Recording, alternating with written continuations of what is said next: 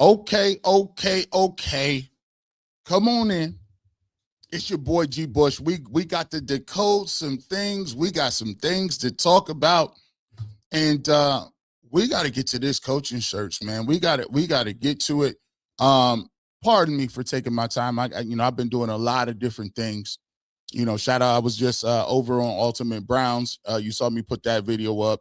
I'm doing some things, getting ready for the Bleacher Report. You see what that is. And obviously, before we do anything, we got to pull up and we got to get to it right here on the Barbershop. Make sure when you want to weigh in, dry your feet off and come on in and let's get down to the brass tacks of this thing.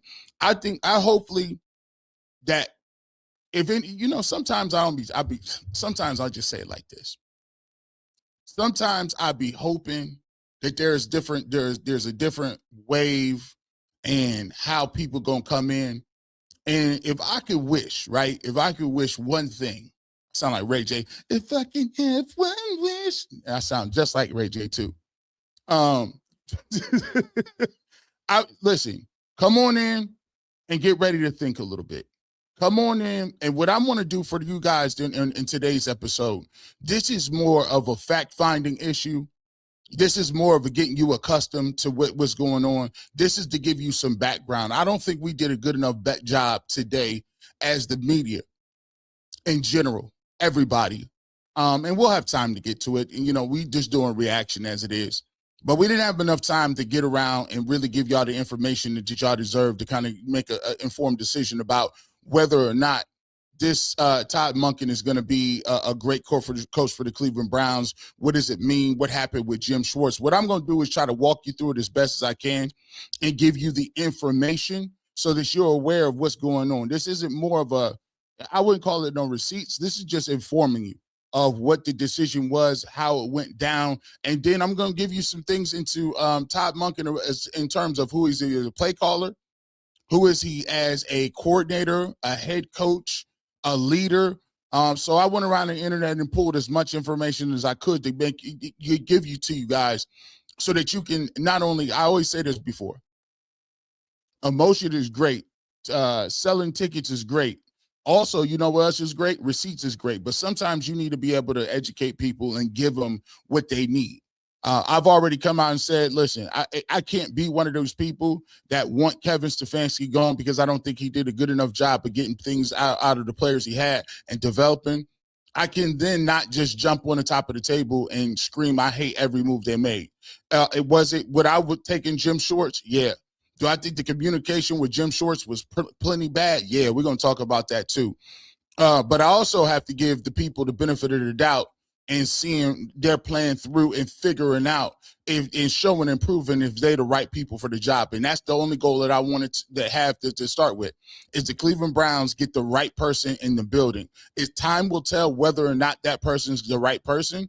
But before we get to any of that, we got to analyze who the person is first. And we're going to do that right here on the place you got to get the fresh cut of sports from. You know what we bring to the table. It's your boy G Bush, and it's the Barbershop.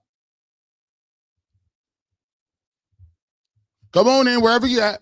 Whether you're on Twitter, welcome in. Whether you're on Facebook, come on in as well. Whether you're on the Barbershop YouTube channel, make sure you check that out. We got some breaking news. Obviously, we've been talking about it. Todd Monken is the new head football coach of the Cleveland Browns. Today's show, we will be telling you how we got here, background information, things of that sort. So we got a big show planned for you. So let's not play no games. Let's get right off into this situation.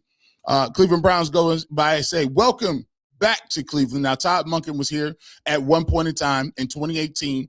He was let go under the Freddie Kitchens regime. He did not call plays that year. Freddie Kitchens calls plays, but Todd Monken was on the staff. We talked about it earlier. There was a situation where there was a rift between him and Freddie Kitchens because he felt like there were some things that they were doing on game day that they weren't working on.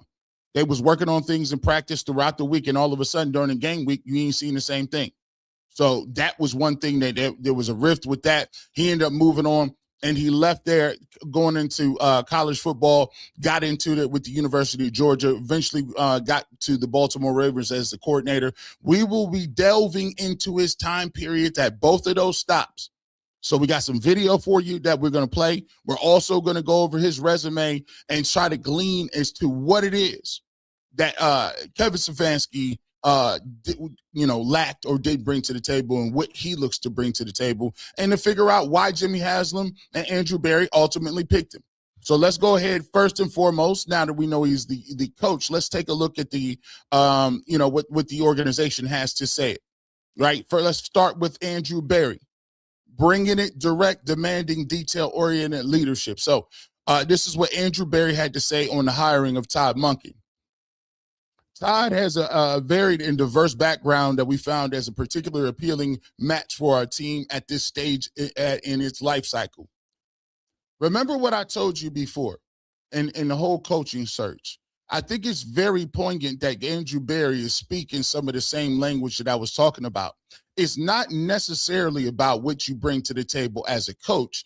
It also has to do with what you bring to the table as a coach and the life cycle that you are in. I told people a lot that it doesn't really make sense for some coaches to go to the Cleveland Browns because the Browns are at a different life cycle. They're at a different stage of development that they're trying to move. It doesn't mean that Shieldhouse wasn't a good coach. It does not mean that Udinski isn't going to be a great coach. But at this time in their life cycle, they're not looking for young guys cutting their teeth. They need somebody that's more concrete, right? So I think that's a big point of what he's talking about, particularly in terms of the life cycle. He goes on to say he has a direct, demanding, and detail-oriented leadership style that would create a great incubator for young players and young men. I think that means they want structure.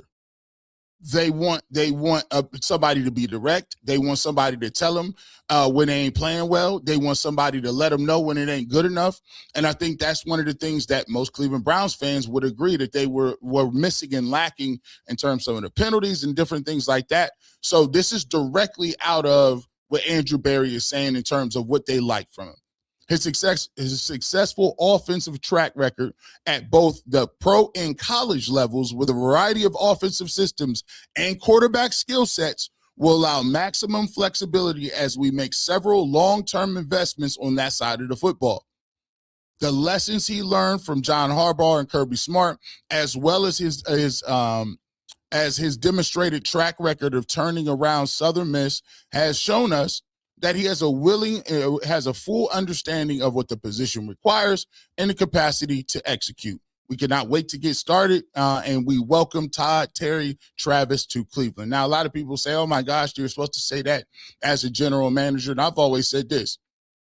When you're talking about, what it is that, somebody is bringing to the table, it's all about what you do in the field. Like, everybody can win the press conference. And I think so many people get caught up in the names that you want to win during the press conference that you don't stop to think, well, whether or not if that person is actually going to do a good job for you when it all counts. So you take it with a grain of salt.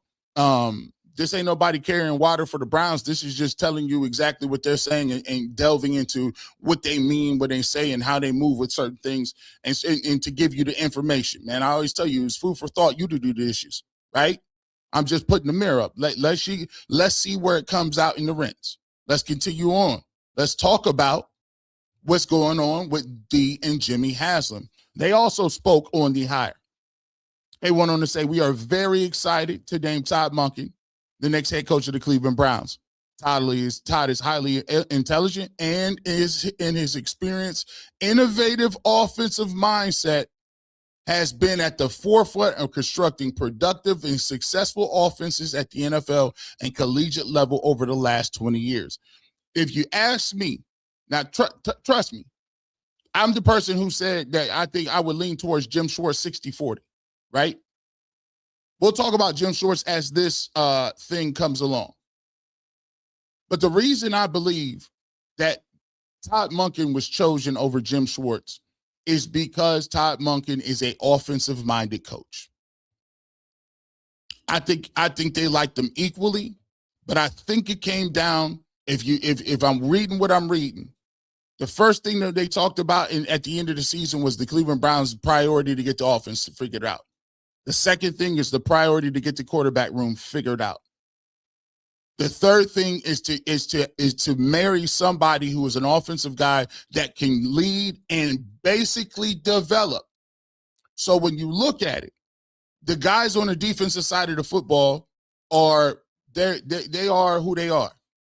Myles Garrett is Myles Garrett. Grant Delpit and some of those guys on the other side of the football, they are pretty much finished products, and they are studs. They do what they do. Pretty much, you can roll the ball out, and Myles Garrett is going to get after the pass rush. You can tell Denzel Ward to go over there and be in man coverage against anybody, and he's going to do a doggone good job, because you know why? He's Denzel Ward, and he does that. On defense, being a defensive player, there's less of question marks. There's less that goes into game planning. Now, of course, the one, and I'm not going to paint this all rosy. One of the downsides to this can be that some people on the defensive side of the ball won't like it. Some guys on the defensive side of the football are comfortable, and they won't like having to have a new coordinator, a new system, a new philosophy. And that's a risk you take. It's calculated, because at least with Jim Schwartz, you had an opportunity to say, what he was going to get out of those guys on that side of the football. And given the fact that Jim Schwartz seems to be disgruntled and does not look like he's coming back, that is something you're going to have to watch and monitor. You're going to have to talk about that. But when you look at it, I think the process was find me a guy that can develop guys and has had a track record of developing guys at multiple different levels, at multiple different skill sets, and at different offensive levels. So that's one of the reasons I think they may have possibly gone in this direction. We'll continue to parse that out. He is an outstanding leader and has clear vision to lead our team as a strong communicator who values trust with his players, but also accountability and preparation. In our committee's exhaustive references worked on Todd, his commitment to player development was evident. Key is development. When they said they had a plan of attack, I think the plan of attack was going in and say, hey, what you think about Shedeur Sanders? Tell me what you can get out of him. You think you can work with him? By the way, the Baltimore Ravens did their work on Shedeur. They wanted to draft him. Shedeur said, nah, I'm cool. I want to be a starter. So Todd has done his thing with Lamar Jackson and a lot of other quarterbacks, but I think his plan for what was in the quarterback room had a reason to do with why he's getting this job. Whether you agree with that or not, I'm just giving you the information. And his tough, straightforward coaching is respected by players and the coaches he's worked with, putting our team in a position to succeed while developing our players to maximize their talents. We welcome Todd, Terry, and the rest of the Monken family back to the Cleveland Browns and look forward to establishing a winning culture that will lead our team to success and our fans so deserve. So that's the commentary from D and Jimmy Haslam. It's also the commentary from Andrew Berry. Obviously, you'll probably hear that from them in the press conference when they introduce you. But my job is to give you an insight before you get there. So we heard from them. Let's talk about this. Let's talk about what some people around the league had to say about this.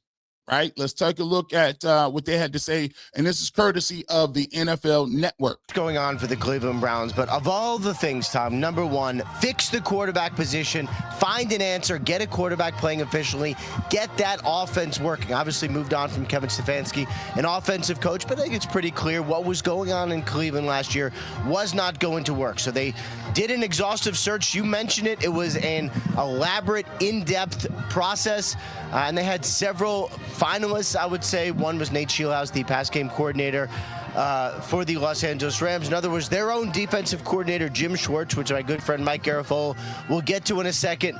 But Monken clearly stood out in part because of what he did with the Baltimore Ravens, with Lamar Jackson, getting him to be as efficient as he has been. Plus, he does have head coaching experience, not in the NFL, but similar to now Dolphins coach Jeff Hafley, can rely on some experience as a college coach, use it for the Cleveland Browns. Todd Monken, now at 59 years old, becomes an NFL head coach.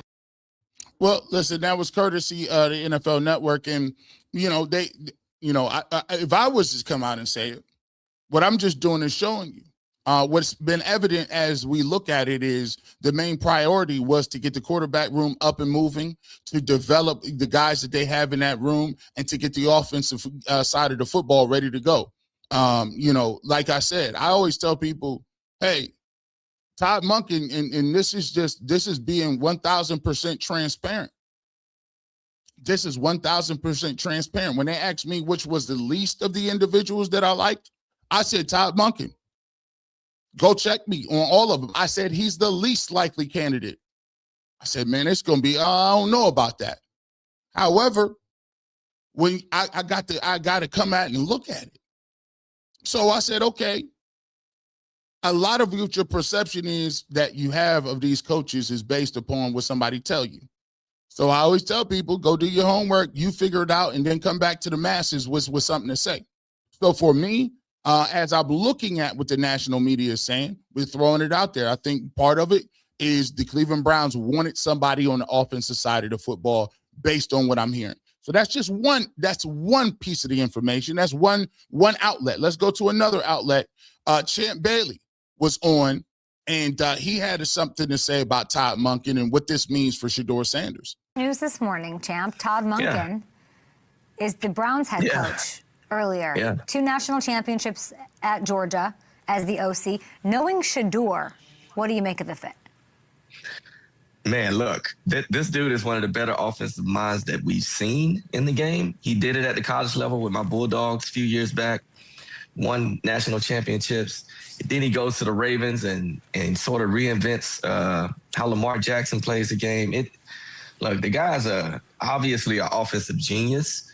I want to see what he does with a true pocket passer like Shedeur Sanders. So, I think, as long as they get together and start going over what it means to play in his system, I see great things for Shedeur. He's obviously talented enough to play in the league. Now it's just taking this game to the next level.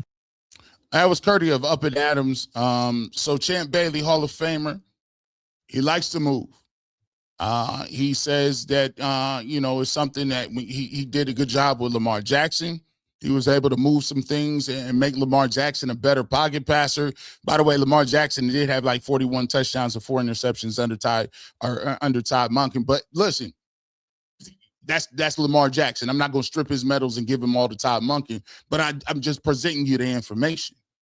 So you got a guy that's saying that they like it. Now, look, man, I'm running it up. I'm just going to give you the information. So let's get to my guys over here.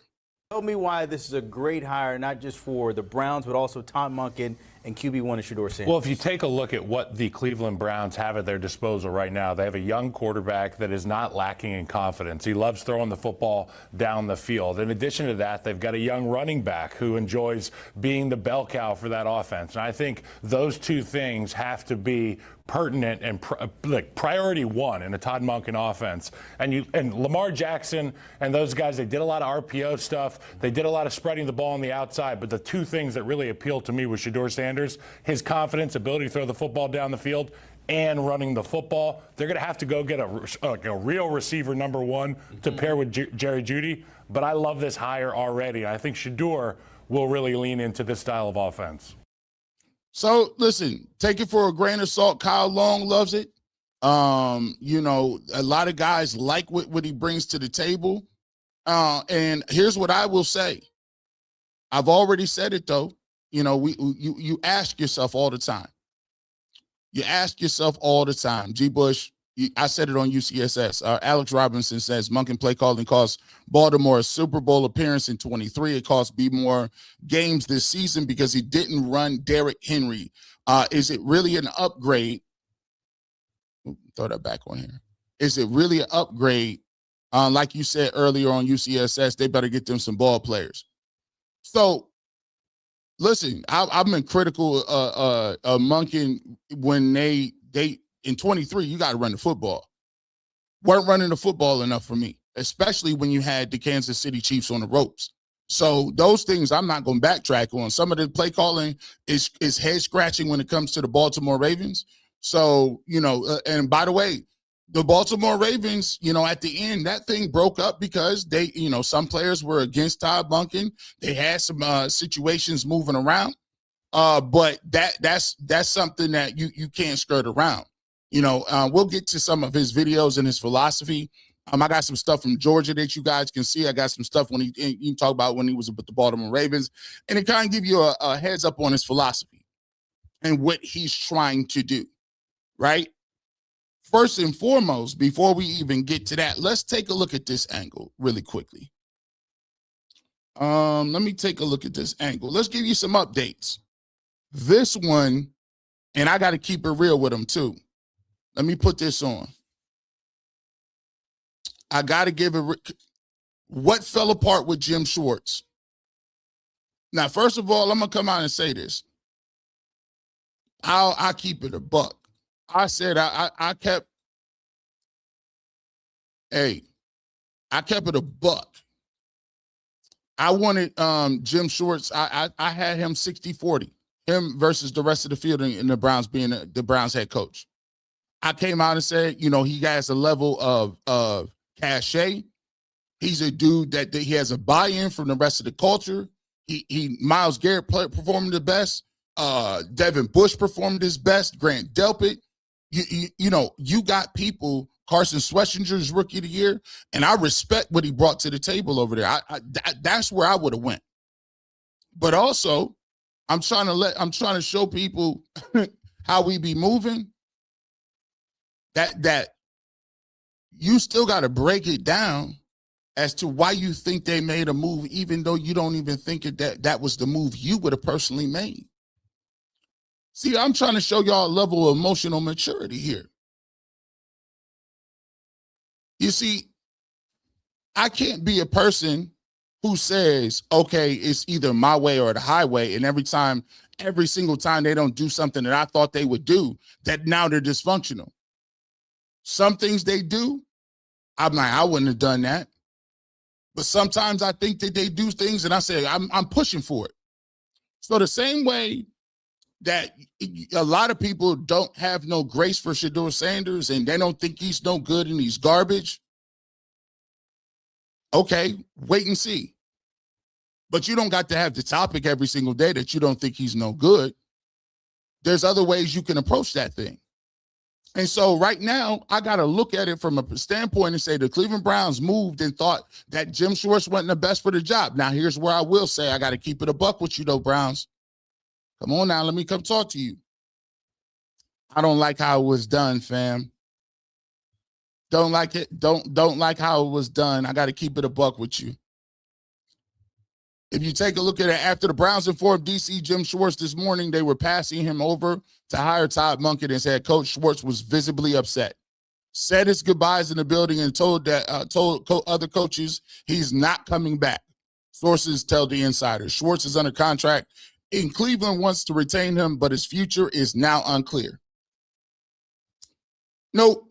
G. Bush I keep it a buck. I don't like how that went down. You got to be a better communication, because from what it sounds like is everything that y'all was saying in terms of you wanted Jim Schwartz to be in the building, even if he wasn't the coordinator or even if he wasn't the head coach. It seems to me you had plans, but you didn't relay those plans to that man. You see, at the end of the day, he's been here 3-4 years. You owe him a certain level of courtesy to keep a level of transparency alive. You should have had the conversation with him from Jump Street. Hey, look, we're going to interview you, but we don't know which way this thing going to fall. We just want to put the feelers out there. In the event that we go in another direction, are you willing to stay around as defensive coordinator? And you know what you could have done with that? He could have, as a man, decided whether or not he was cool with that or if he wasn't cool with that. And that's all you could be is honest in a relationship. Your honesty might hurt somebody's feelings, but your honesty also will gain you a level of respect, because guess what? They say at least they thought more of me to not string me along. At least they thought more of me to be up front. And if more than anything, because he been in the trenches with me, I owe him more of that. I owe him even more of that in the trenches because you was in the foxhole with me. So when I'm going into it, I'm telling him off bat, hey, look, we're going to interview you, but we interviewing X, Y, and Z. And let me just tell you something, Jim. We really leaning towards an offensive coach to get this offense together. Now, we really mess with you. We really, we fans of what you do. But if we go another route, how you going to feel about that? And guess what?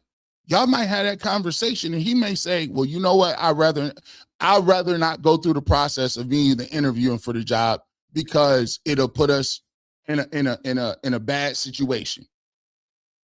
And guess what? Guess what?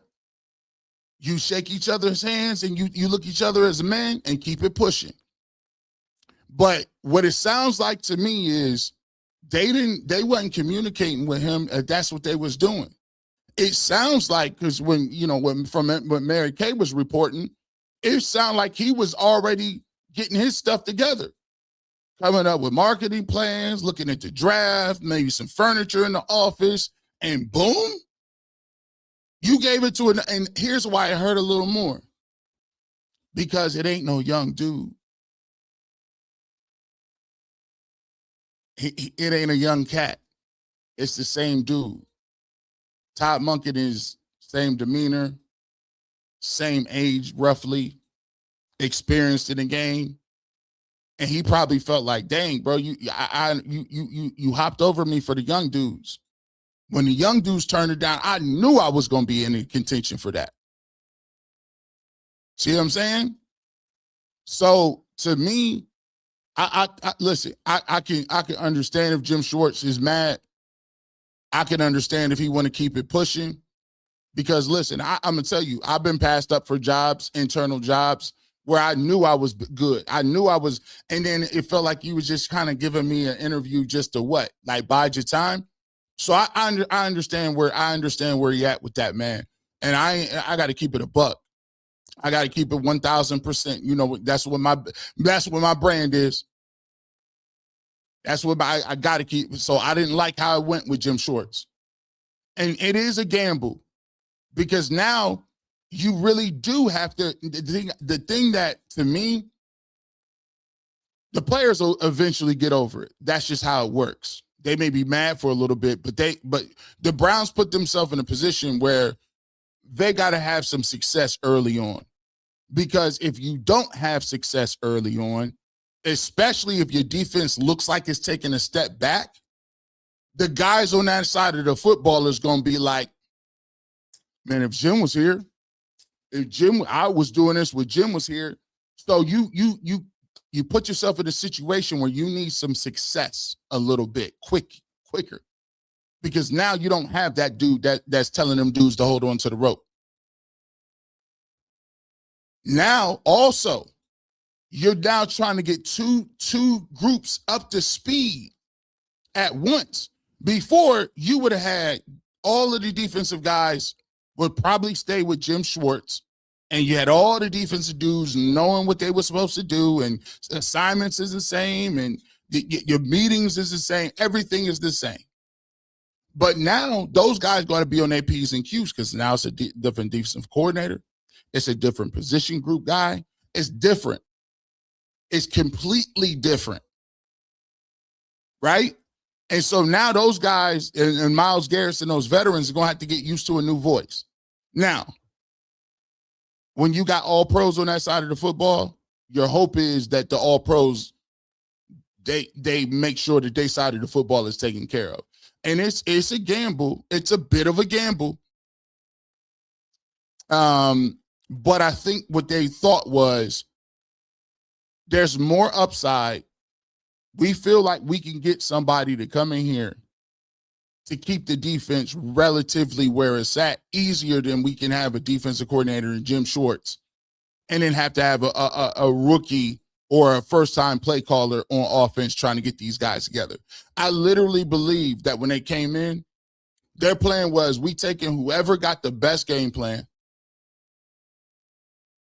Shout out to Coach Schwartz, too, because I'm a huge Jim Schwartz fan. Huge Jim Schwartz fan. So, you know, when you look at it, you know, there's some give and take. But I will say this, though, for all those people who said, now I'm just throwing this out there. There was a lot of folks that said this. A lot of people didn't want Jim Schwartz to even be here as the coordinator because they said if Kevin getting fired, everybody should get fired.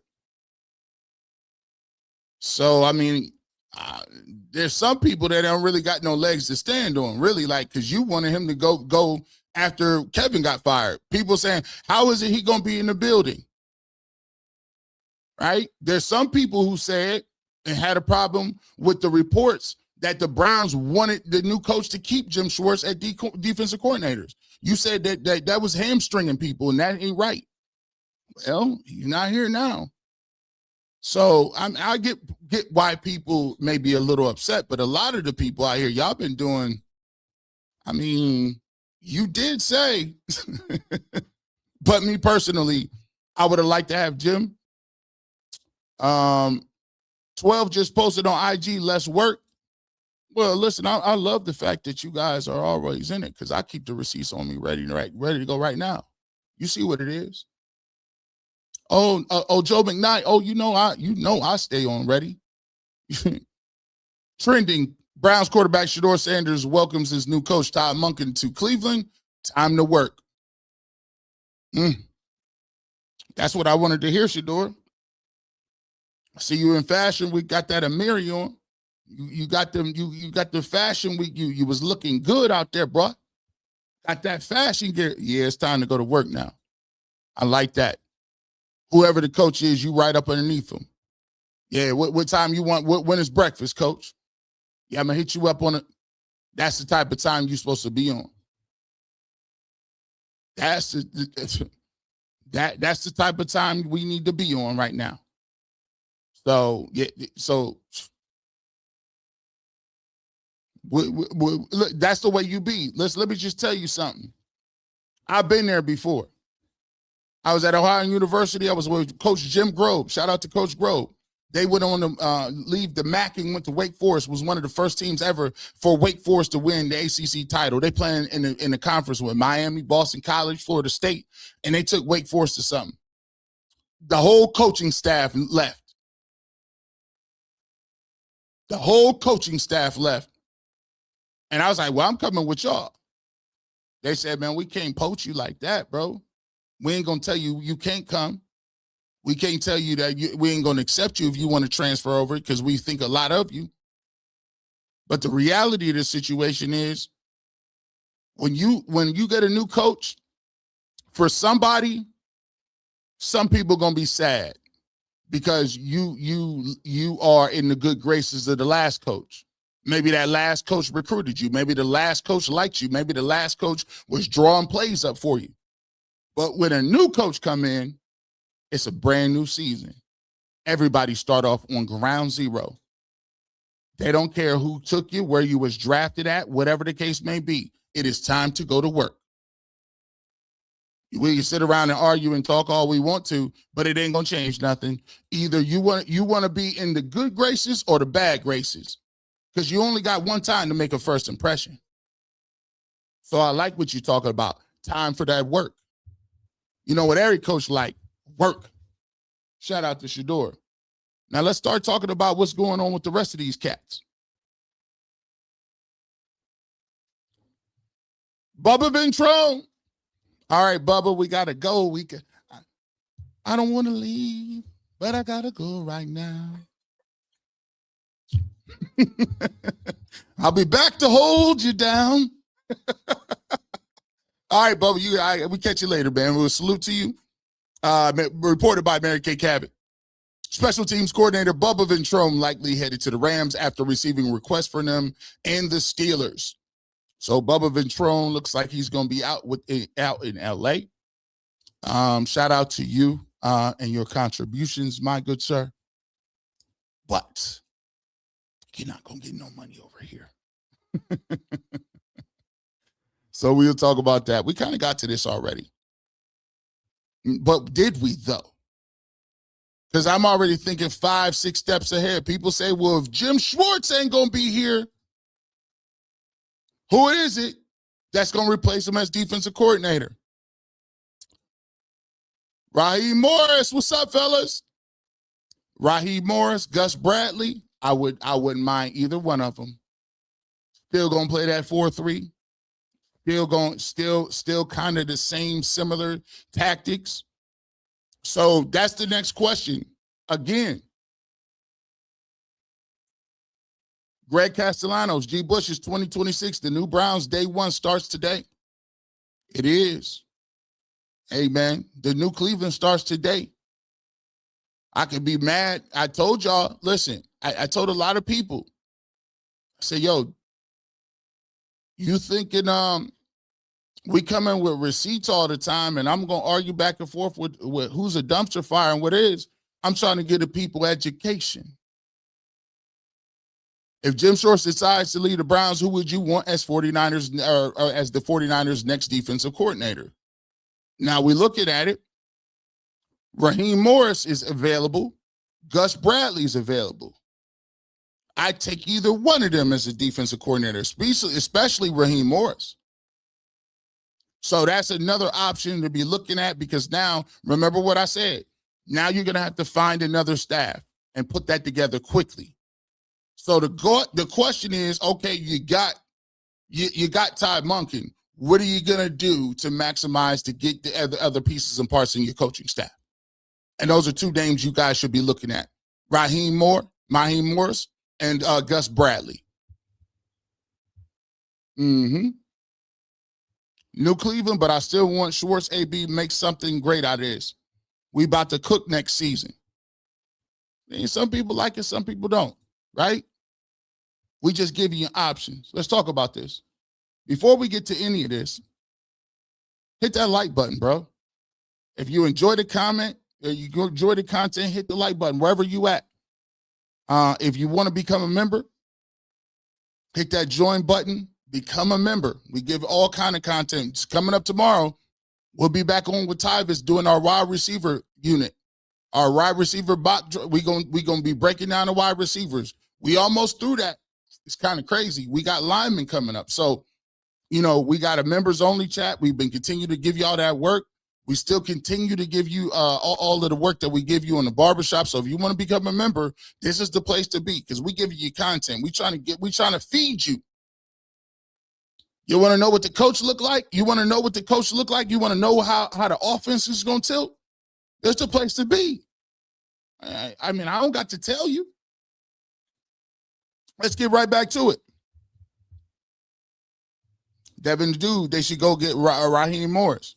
They also play Atlanta and Stefanski next year, so payback for Morris and Shedeur is possible. He already looking for payback.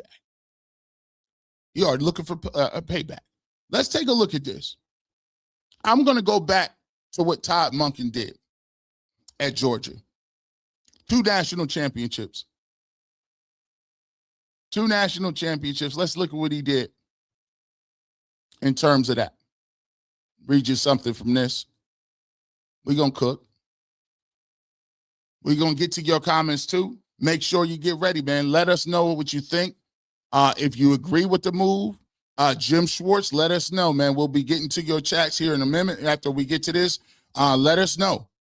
Do you like the hire of Todd Monken? Were you caught off guard? What do you think about Jim Schwartz? How do you think this affects Shedeur Sanders? Because actually, I ain't even got to my thesis step yet. I ain't even got to my thesis statement yet, but I do believe that Todd Monken is going to be good for Shedeur Sanders.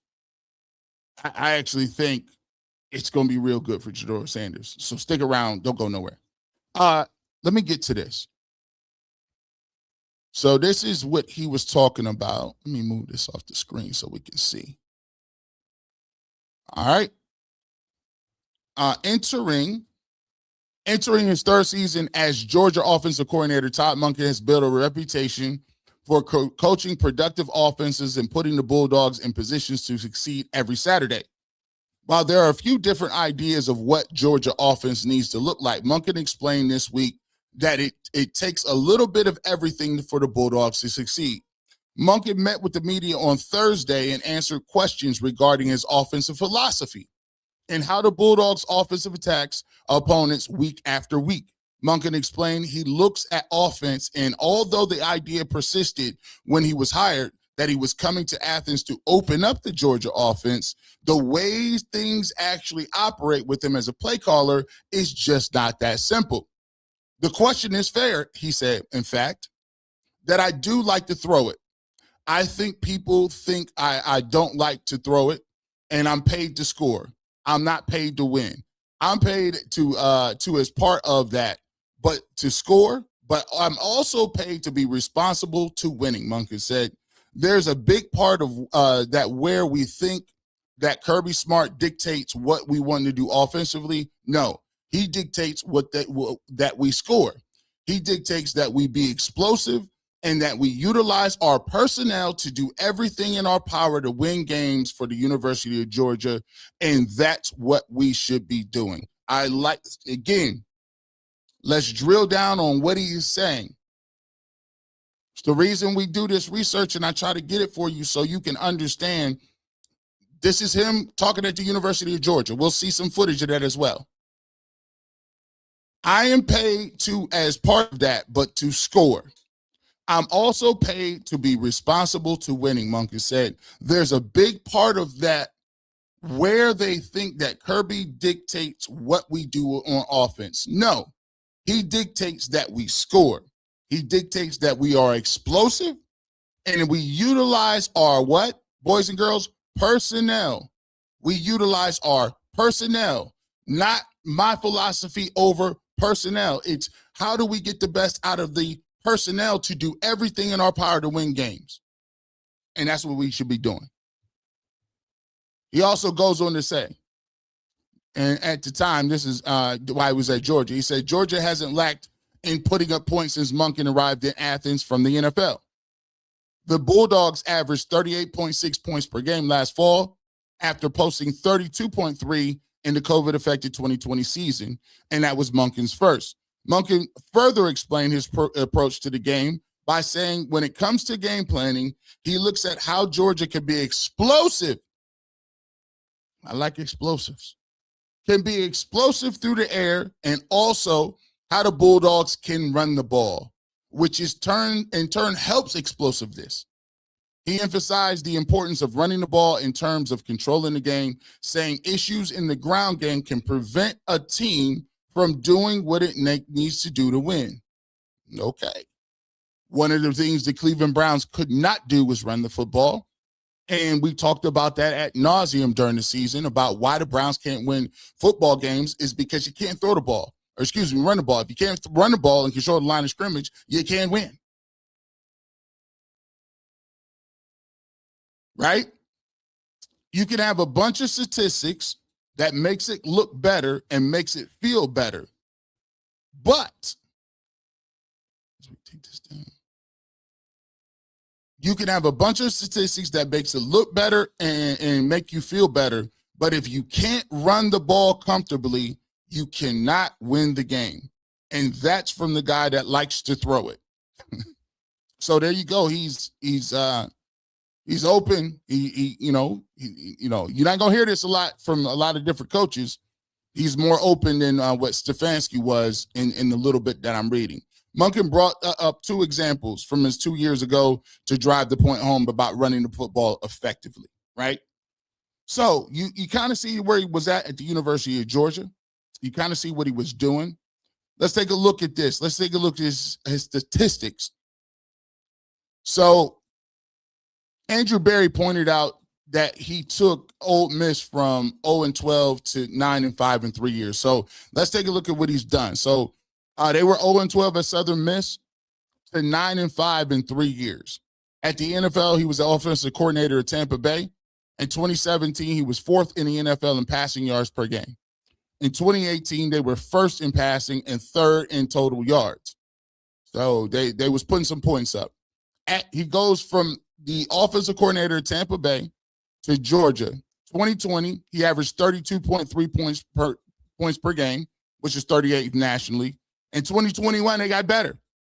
38.6 points per game, 9th nationally. In 2022, total offense, he was 5th nationally. In scoring offense, 4th nationally. They won 2 national championships at Georgia during his time there as offensive coordinator. And let's see, NFL. When you go from 2022, go to the NFL. In 2023, Baltimore's total offense was 6th in the NFL and scoring offense and 4th in the NFL. 2024, total offense, number 1 in the NFL with 424 yards per game. Now, that was Lamar Jackson. 2025, 18th in the NFL in the NFL in total offense, and scoring offense was 15 in the NFL. Damn good coach with a good track record. In terms of his offensive track record can't be denied. The question is he the right guy for the job, and can he get that production out of the quarterback room he has, right? So there you have his background. There you have his pedigree. You heard some of the stats that he's put up. You've heard why Andrew Berry and Jimmy Haslam put their faith in him. Now let's do this. Let's take a look at him. Let's get some sound from him. We got 2 clips here. One is from his time from the University of Georgia, and another is from his time when he was first hired with the Ravens. I think both are interesting because it gives an insight into who he is in his communication style. It gives you a little insight into what he likes to do offensively and who he has as a coach. And for you guys, it's up to you to decide, but we're bringing that information to you right here. And this is courtesy of the University of Georgia. This is Todd Monken during his time when he was there. Let me know if you're good to go. Todd Monken, offensive coordinator. Go, Zamir, go! React, take it! Right idea. Here we go. All right, so coaching-wise, I started off at Grand Valley State in Allendale, Michigan, where I got my master's degree. That would have been in 89 and 90. From there, I went to Notre Dame in 91 and 92. 93, Ron Cooper, who has a GA for Notre Dame, got the Eastern Michigan job. I was fortunate enough to where he took me to Eastern Michigan, where I was there 7 years, from 93 to 99. From there, I went to Louisiana Tech for Jack Bicknell Jr. From 2000 2001. 2002 to 2004, I was with Les Miles at Oklahoma State. From there, we went to LSU. Was with Les when Nick Saban left. I went to LSU with Les. Was there with Les from 5 and 6. From there, went to the Jacksonville Jaguars for 4 years as the wide receiver coach from 7 to 10. Went back to Oklahoma State in 11 and 12 as the offensive coordinator, quarterback coach. From there, I went to Southern Miss as the head coach. Was there from 13, 14, 15. Went to Tampa Bay. So let me just stop by saying this right now. Let me start by saying this. Half of all of the time that he's been here, like all these stops, right? It's important to say, like, when you're sitting in an interview process, and experience, you can't cookie cut experience. Some of these teams, like I didn't even realize that he was at all these places. I mean, he's been at LSU, Oklahoma State. He's been at big time programs. He's been all over the place. That experience level in terms of how you get the most out of young players is very important.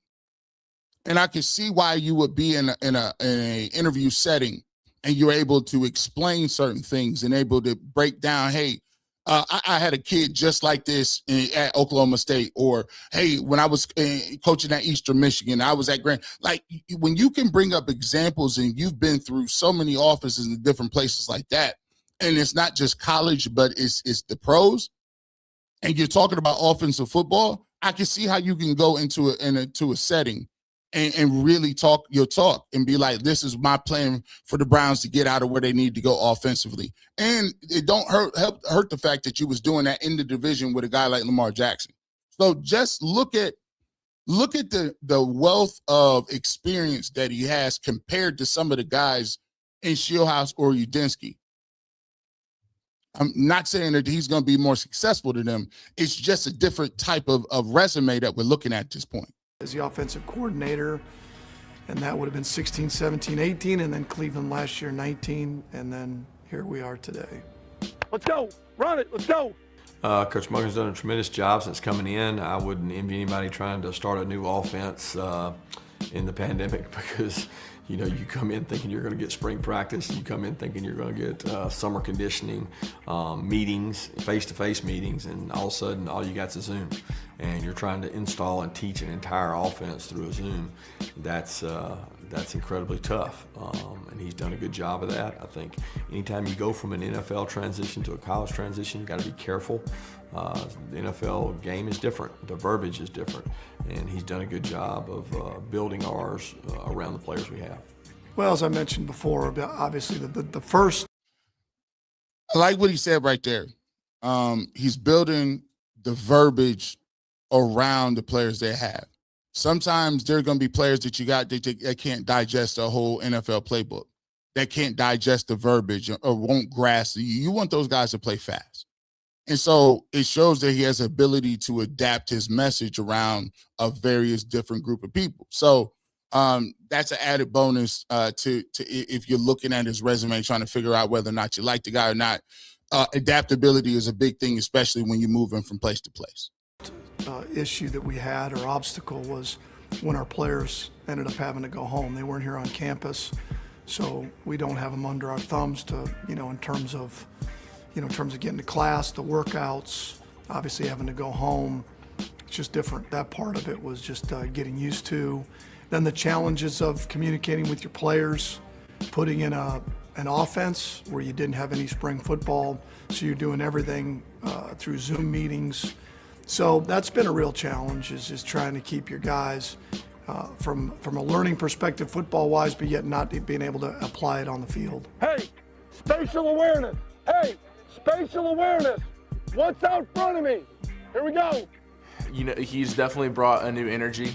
I mean, when any time there's a switch up, there's going to be a difference in the energy and the difference way things are played. But it's been a great energy. We've really enjoyed just learning from him and getting his playbook in our heads.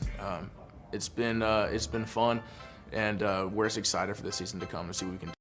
You know what he said? You notice he said it's been a switch up, and I think that's people's biggest perspective is when you got to switch up. A lot of people get uncomfortable with switch ups. I mean, and it's even more.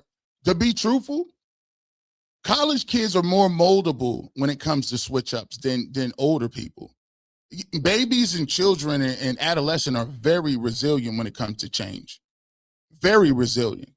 But when it comes to older generations, they're a little more rigid. But you notice anytime the energy gonna be different. And sometimes, let me just be honest with you, maybe that's what you need.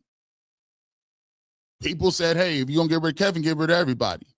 Sometimes you need people not to be comfortable. Sometimes you need people to be on edge a little bit. Sometimes that comfort level may be a cap to your ceiling. Who knows? But we're going to see. Because one thing that the Browns got to get ready for is, hey, the Bengals and the Steelers are going to feel sorry for you. Hey, see, this is the thing, too. You got to try. Everybody's starting over. The Ravens started over. The Steelers started over. The Bills started over. Look how many teams just waved the white flag and said, we're going to start over. You decide today who you want to be. You decide today either you want to throw a pity party and you want those teams to leapfrog you again, so you'll always be a perennial bottom feeder, or you get your mind together and let's get to work. Because I don't think nobody's coming to save y'all. Get ready. In my opinion, you're not nearly the coach that you want to be if you don't enjoy practice, because that's the cornerstone. Your games are going to be a byproduct of what you do every day in the meeting rooms and on the field, and that's what's going to show up, what you get out of your players every day. You practice a heck of a lot more than you play games. So when you get into it knowing that, okay, now we're going to get a chance to get back on the field, that's part of the roller coaster that's fun about what we get to do, and try to find a way to do it better than they do it. That's what it's all about. Recruit good players, develop them, And then the X's and O's come third, but you got to recruit good players, you got to fight like heck to develop them, and then the X's and O's, which shows up on the field. Hit it! Bang it! Nice, right idea, good. Good, here we go.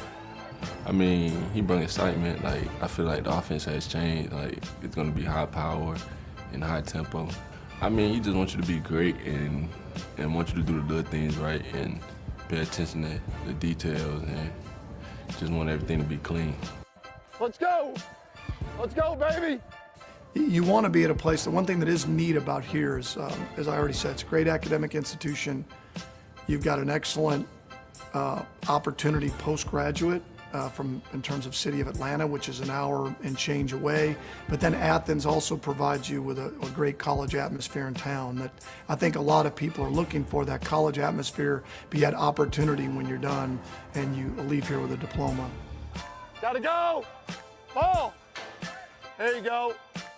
That's it, that goalpost throw. You know, I would hope that the players would think that, and the guys over 30 years of coaching plus, that I've done everything in my power to create the best version of them, that from being off the field, academically, and on the football field, that we did everything we could.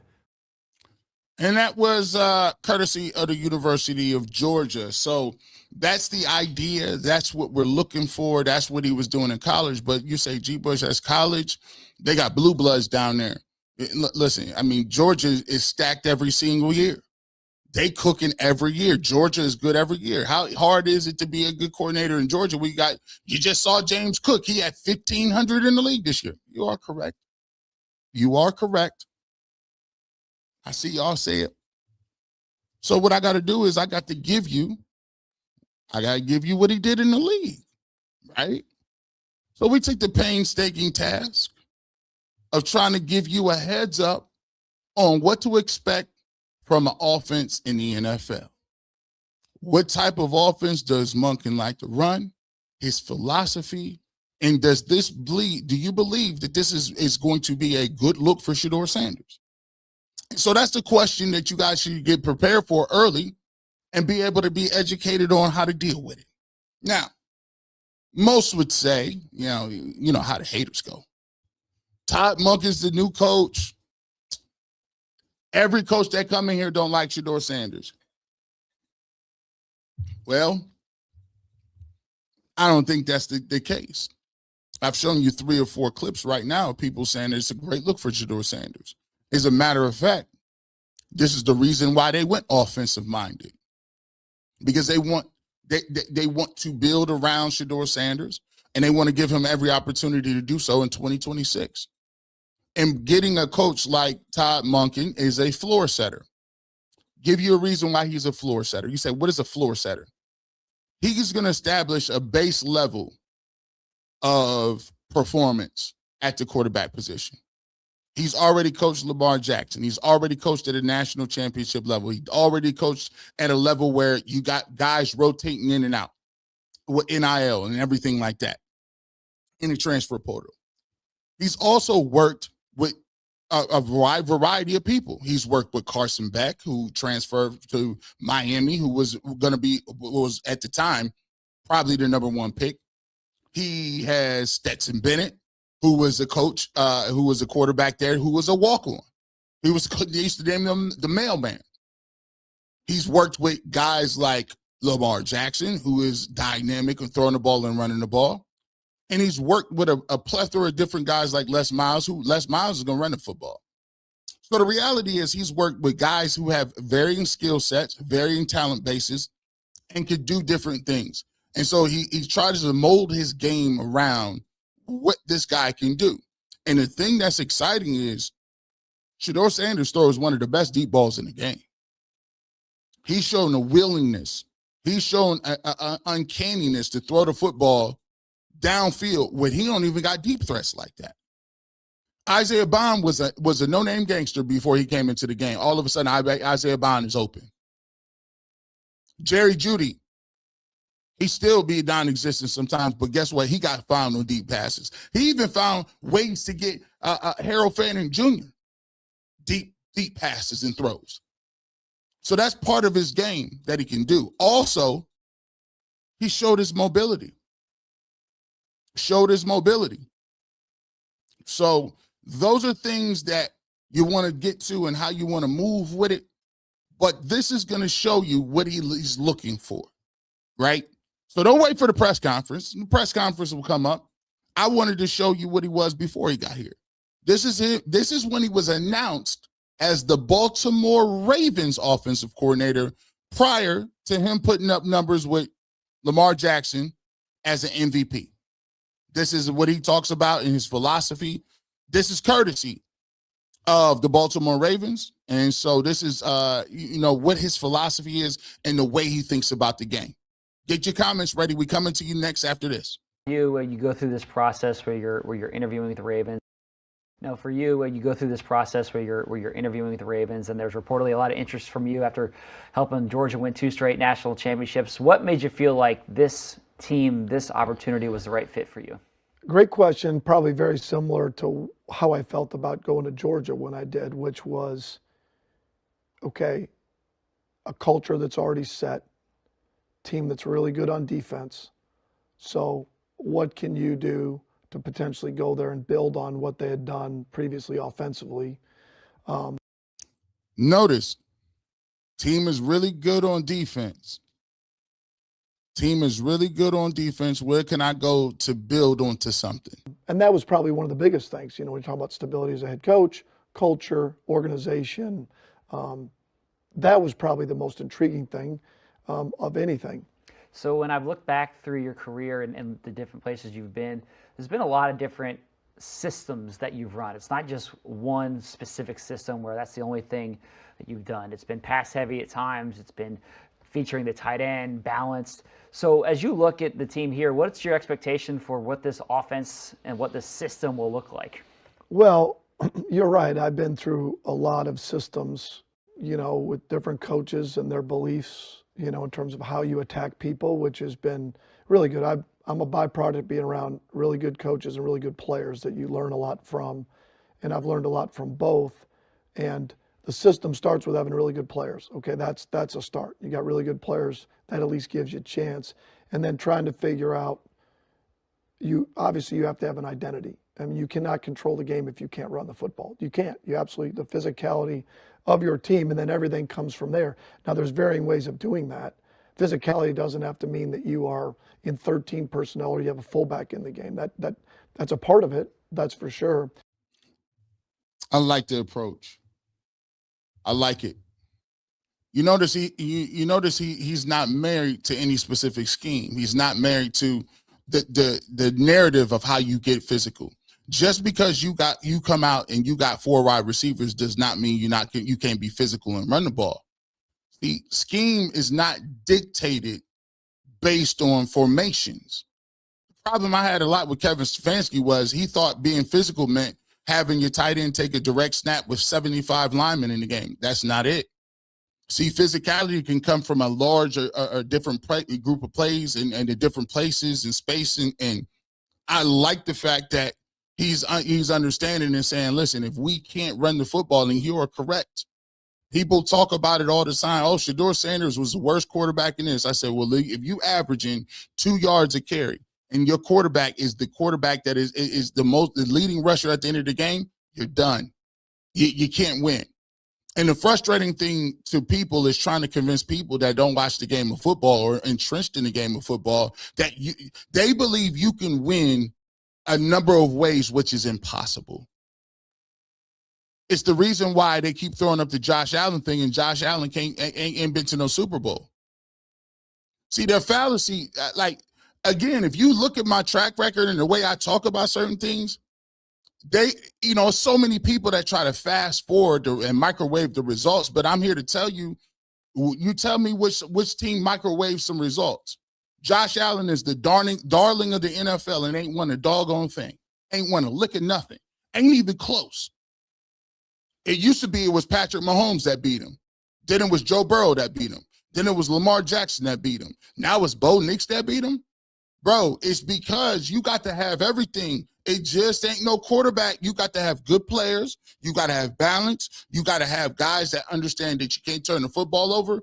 But y'all still running around here completely whiffing on the idea that you got to win the game a certain way. If you feel like you're going to be running around, think about this. How many teams have domes?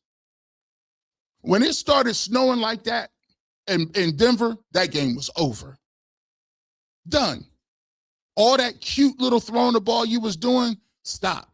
Can you do that in the snow wherever we at? No, bro. You got to get it done in a way where you can be balanced. And a lot of people still don't understand that to this day. Let's keep it going. But it also is physicality, whether you're in one back or two back, and the ability to be able to push the ball down the field.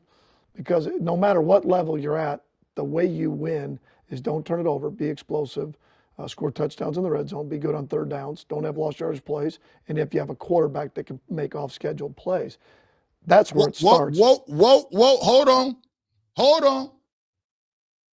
Y'all catch that? Y'all catch that? Y'all catch that?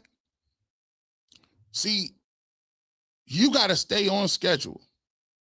But even he understands the specialness comes from what happens when it breaks down. Can you make something off schedule?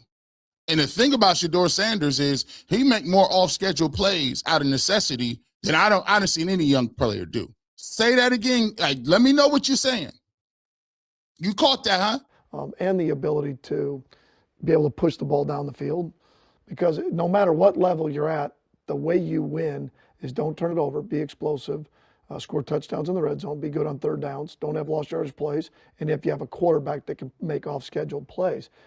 That's where it starts, whether you're in two back, three back, no back. Those are all the same parameters when you go from an analytic standpoint. So in my mind, how do we get really elite at those categories that really matter? The thing I probably think most of all of it, when you say like what excites you the most, what excites me is when you hear what the players say about your quarterback. And when they say about complimentary things about that player in terms of wanting him as a teammate, wanting him to lead this team, those are positives when you're talking about, okay, our success. Yeah, well, I see why you got the job. That bullet point was too hard. I almost got chills because I was almost sitting in the interview listening to him. I was sitting in the interview listening to him.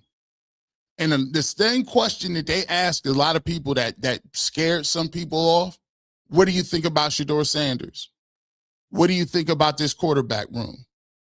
And a lot of people said, go get Mendoza. A lot of people probably said, I think he could be a serviceable backup. Some people said, I don't know. I don't really see it. What do you think about going to get Mac Jones or Malik Willis? And then he asked somebody.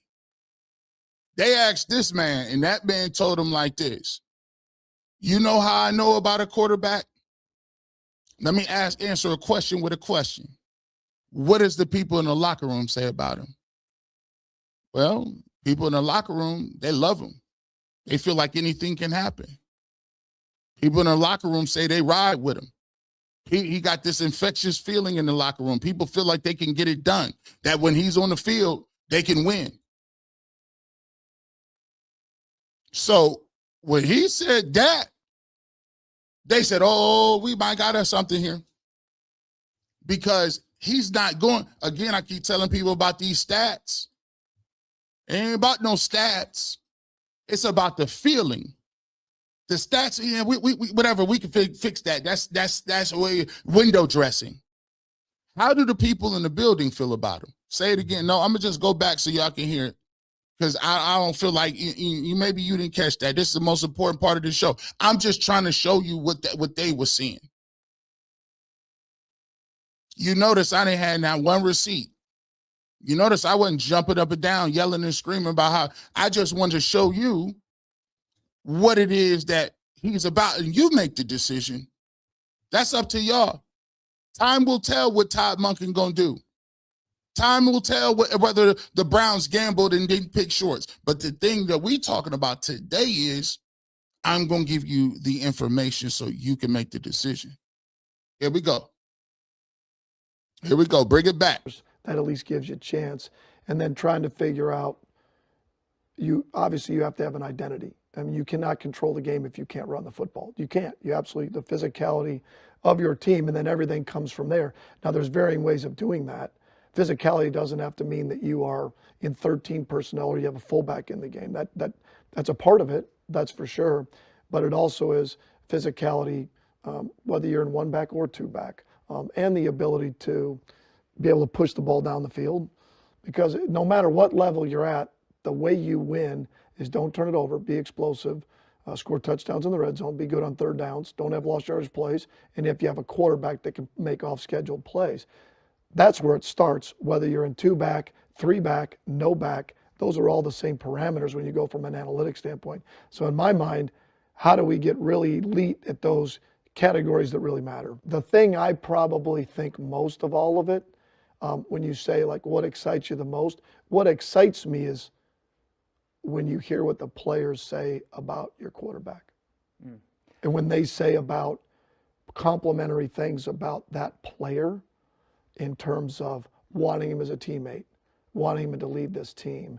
Those are positives when you're talking about, okay, our success, the player's belief. Just like you'd want that same belief in them saying the same thing about Coach Harbaugh. Just like you'd want them to say the same thing about me. Belief. Remember what I told y'all. The major thing for me is offensive coordinator, defensive coordinator, mind, whatever the case is. The thing I want to shine through the most for me is I want somebody who believes that they are special enough to take the Cleveland Browns to the next level. I want them to feel that they are special enough and can believe in the people they have here right now and what they bring to the table, that it's going to elevate, add, and implement. That's going to put us on a different level. It's the belief. It ain't hope. It ain't the pity. It's belief. And the thing about belief is funny, man. When you got people that wholeheartedly believe and they feel like they all moving in one accord towards something, it's different, bro. It's different. So he's saying, I want to know what the people think about him. I want to know what the folks in the locker room saying. I want to know what the backup running back think about Shedeur Sanders. I want to know what the offensive line think about him. I want to know what the field goal kicker think. Just giving y'all a little something. Listen, this ain't one of them. I didn't receipt you to death. I didn't give you no emotion today. I wasn't yelling at nobody. I wasn't jumping up and down, screaming. What I'm trying to do is give you some education. I'm trying to give you a little bit of perspective. And it ain't even my perspective. I'm just giving you the tools so that you can make an informed decision on how you feel about the move. I ain't telling you nothing today. You know, that you want, if you interviewed guys at Georgia, I'd hope they would say certain things about me. If they didn't, that would suck. I do think that you have to play to the strengths of the quarterback and your team. And I think you have to make it simple enough to where they can play fast. Now, easier said than done. Hold on. He said what? He said what? Remember what I was telling y'all before? Why would you come out there as an offensive coordinator and say, you know what? The play call going to be X, Jeff left, scoot right, zippity doo-dah day, left, right, acre, jet 96, smooth reverse on 2. Why would you come out there and do all of that? When I could just say the color is orange, and now orange means this to this, this to this, this to this, and you could play fast. That's what I like the event. I'm telling you, I like the fact that you can adapt to what it is. It does you no good to be out here with all these verbiage. People talk about, can you get in and out of the huddle? Well, whose problem is it? If you getting delayed game penalties because your verbiage too long, then that's on the coach. That ain't on the player, you dummy. You don't get extra credit points and touchdowns and first downs for having the longest verbiage in your calls. What you doing? You know, and you, like I said, you have to have a great staff that builds what you want to do philosophically around those players. And then you have complete buy-in, and then you have to start what you do really well and then how you attack people. That is the challenge for sure, is marrying up what's been done here in the past in terms of running the football and controlling the game. And obviously the number one object is to win, so that part of it. And yet maybe bringing things up, you know, in terms of more up to speed, I guess, or what I'm used to. More up to speed. He said he trying to, yeah, I know y'all was running the rock a little bit and y'all was doing that. I'm trying to bring it more, I don't want to be disrespectful, but I want to bring it up to speed. Man, I've been waiting for this for years. Again, I'm not saying this guy going to be the second coming of sliced bread. I ain't selling nobody no wolf tickets. I don't know what he going to do. He might come out here and go over. But philosophically, what he's saying makes sense to me. Some of what the Cleveland Browns are doing is archaic, it's old-fashioned, and ain't nobody open. Give me something that's going to bring this up to speed. Give me some of these throws that these other teams have where you're like, how is this dude wide open? It seemed like we pulling teeth. It's like watching our offense paint dry. Give me some new stuff. Which is maybe a little more open sets, a little bit more space. What helps you with that? Space players, right? It's easy to say you want to be in space and you have guys hurt. You don't have the same guys, or you feel like your best personnel is maybe tightened down. But I think getting to that point where you use every blade of grass, all 53 and a third, use, you know, the full length of the field. And again, everybody's going to say that, but that's what you try to do, is you try to create more space, utilizing space players. I think skill guys, when you do installs, I think I learned this once I got to the NFL, and I'm not saying I've always done an elite job at it, but when you install, they look at where their opportunities are going to be and where they're going to have a chance to make an impact on the game. Now, they have to earn that, but ultimately to me, balance is everybody's ability to touch the ball and be an impact. It's not run pass. It's really about them having to defend run and pass and personnel and plays that you just don't have these two guys touch the ball. That happens, but you try to avoid that at all costs to be able to. And skill guys, you're going to get the most out of them if they know when their opportunities are going to come. People talk about Jerry Jeudy all the time. I love what you said there. It's about using every blade of grass. It's about using every inch. That 53 and a third, listen, you're going to have to cover that. And it's also, he says something, this is the buy-in part. Players listen during install where they understand where I am going to be utilized. Where do I see myself getting the football? And if you can paint that picture to them, they will run through a wall. If you come in and say, G. Bush, I know you play pass rusher. G. Bush, let me tell you something, big dog. You're an elite pass rusher. I'm going to tell you what. You get if we can hold them on first and second down and stop that run, I don't care if you play in the parking lot. Get in the wide stance on that third down, and we want you upfield. Your best pass rush move. Is it up and under? Is it a move? Is it a swim move? Is it a push pull? We want everything. We hit them with everything you got. I don't care what it is. If you want to do the electric slide out there on that man, the Cupid shuffle out there, it's all good. You know what I'm gonna say? Shout out to you. I'm gonna bust my tail on first and second down to make sure I get an opportunity to come out there and rush the pass rusher. And that's what any player wants to know. Any player wants to know, how do you see me fitting into this thing and where can I get my money off? And for those who are great motivators and developers, they dangle the carrot. They ain't afraid to say, hey, we gonna spoon feed you all day if you can do this. But the people that ain't no communicators and can't do that, guys just running routes the whole day and don't know when they gonna get the rock. And then you tell them be a good blocker. Man, that ain't how it work, cuz. Your background, you started your career as a wide receivers coach, earlier in your coaching career as you've risen up the ranks. What is it about trying to maximize the receiver position, and how do you go about, doing that with that spot?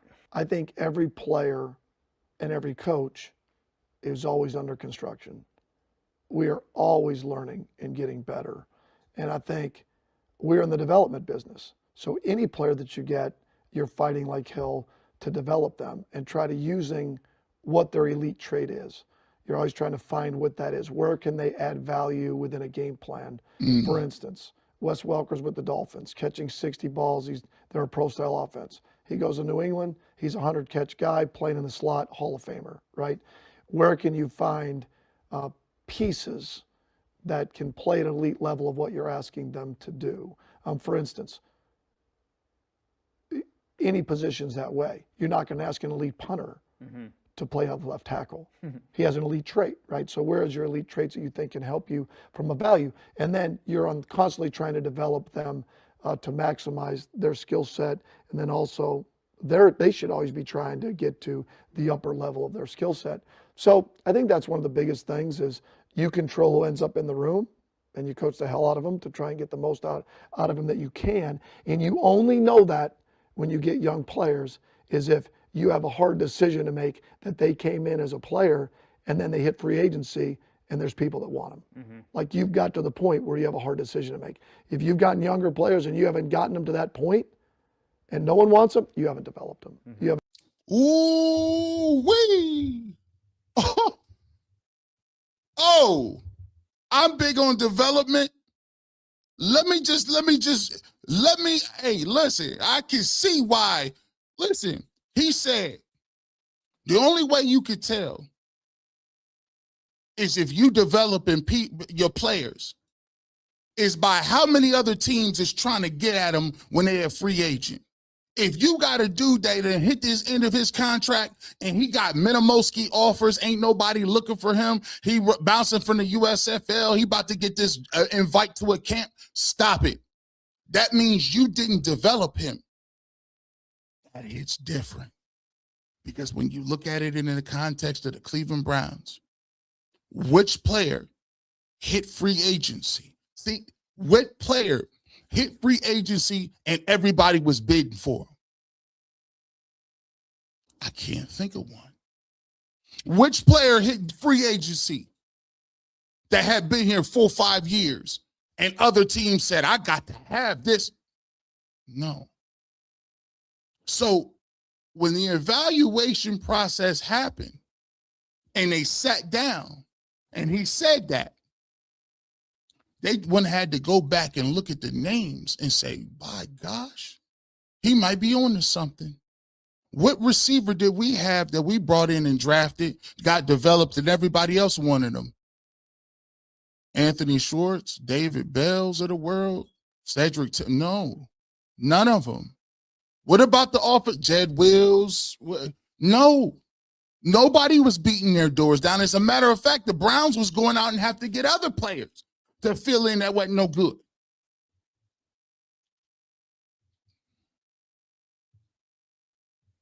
It's all about that development. And gotten to that point. That's the biggest compliment you can have is you've developed younger players because we're in the development business. College, we get 25, 30 scholarships now. You get a lot of the first round picks. You don't. You have to develop. The teams that have had the best rosters have done the best job of developing players. And there you go. My job was to give you, my goal was to say, okay, let me look at this from a perspective and say, why did he get hired? What in his philosophy, his resume, and his background gave him a nod? My job was to come and try to find that information and to give myself an opportunity to first get a firsthand look at what he brings to the table. Second of all, I owe it to the fan base and I owe it to yourself that always be doing what exactly I tell you to do. Do not listen to nobody blindly. Always do your research. Show and prove.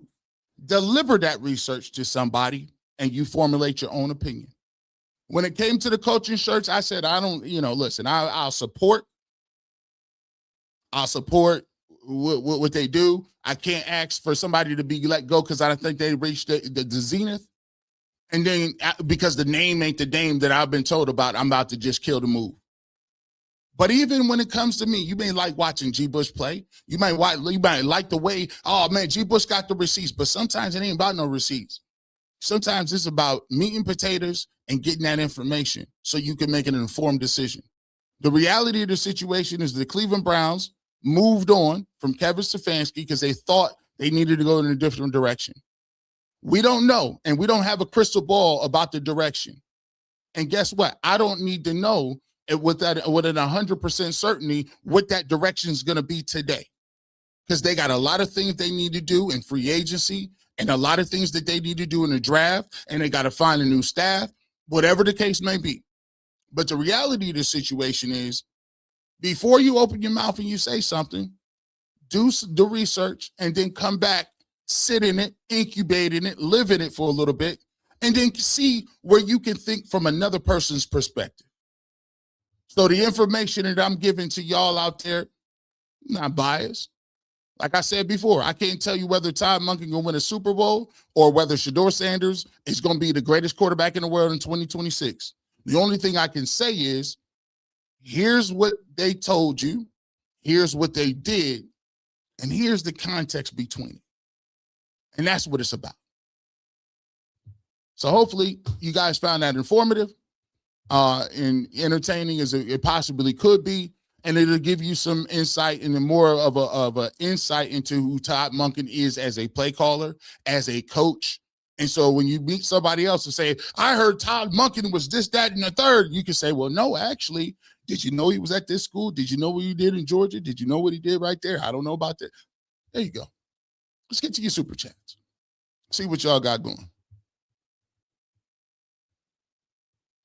All right, let's see. We don't get to as many as y'all. Well, we get to everybody. We don't say as many as we can. We believe in delivering all super chats here. You know how we do. You see us. Lipstick Junkie. Caught some of UCSS today. Jameis started 7 games for the Browns, 1-2, and had a lower completion percentage than Shedeur. They really need to stop. And I like Jameis Winston. I like Jameis, but you see what I said. I don't agree with that. You saw Jameis Winston while he was here. He got benched while he was here. He threw a lot of interceptions too. Like, I don't, like, some of it to me is, again, everything that happens to the Cleveland Browns is not an indictment or a jump up and down and be happy because they think it's going to affect negatively Shedeur Sanders. Like, no, that's not it. I've seen Jameis Winston here. I've seen him throw for 500, and I've seen Jameis throw for 4 picks. Same way earlier this season. Play Bailey Zappi. How would we play Bailey Zappi? And I just saw him play for the Browns, throwing picks. What are we talking about here?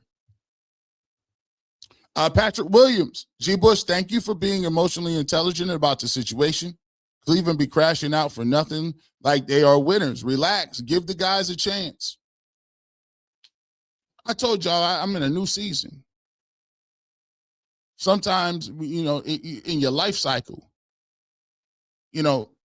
delivering receipts and arguing back and forth with people can feel good, especially when you win. But that don't do nothing for your base, because you're not doing, they want to get the info. That sounds good. Where that information at? Where that real talk at? It's easy for somebody to get on here today and say the Browns is a dumpster fire because they hired this dude that you didn't even think they was going to hire. Heck, I'm not more. Hey, look, I'm transparent. I told you I didn't like the fact that Todd Monken was going to get hired. They said, out of the people, which one would you think? I wanted Jim Schwartz, and Jim Schwartz was gone. But guess what? You can do a couple of things at once. I still owe it to myself to break it down. I still have to come with the receipts. I still got to come with what it's about. And so for me, that's what it is. You do the fact finding, and you let the facts tell you where you need to go. I think a lot of people, because I do think I am an entertainer, and I do think that I can say things in a fun, lighthearted way. I think sometimes people get that twisted as me not being able to break nothing down and analyze what we're talking about here, right? Because the reality of the situation is it's a shelf life on saying the Browns is dysfunctional. It's a shelf life on that. It's an expiration date on that milk, because you still have to cover the team.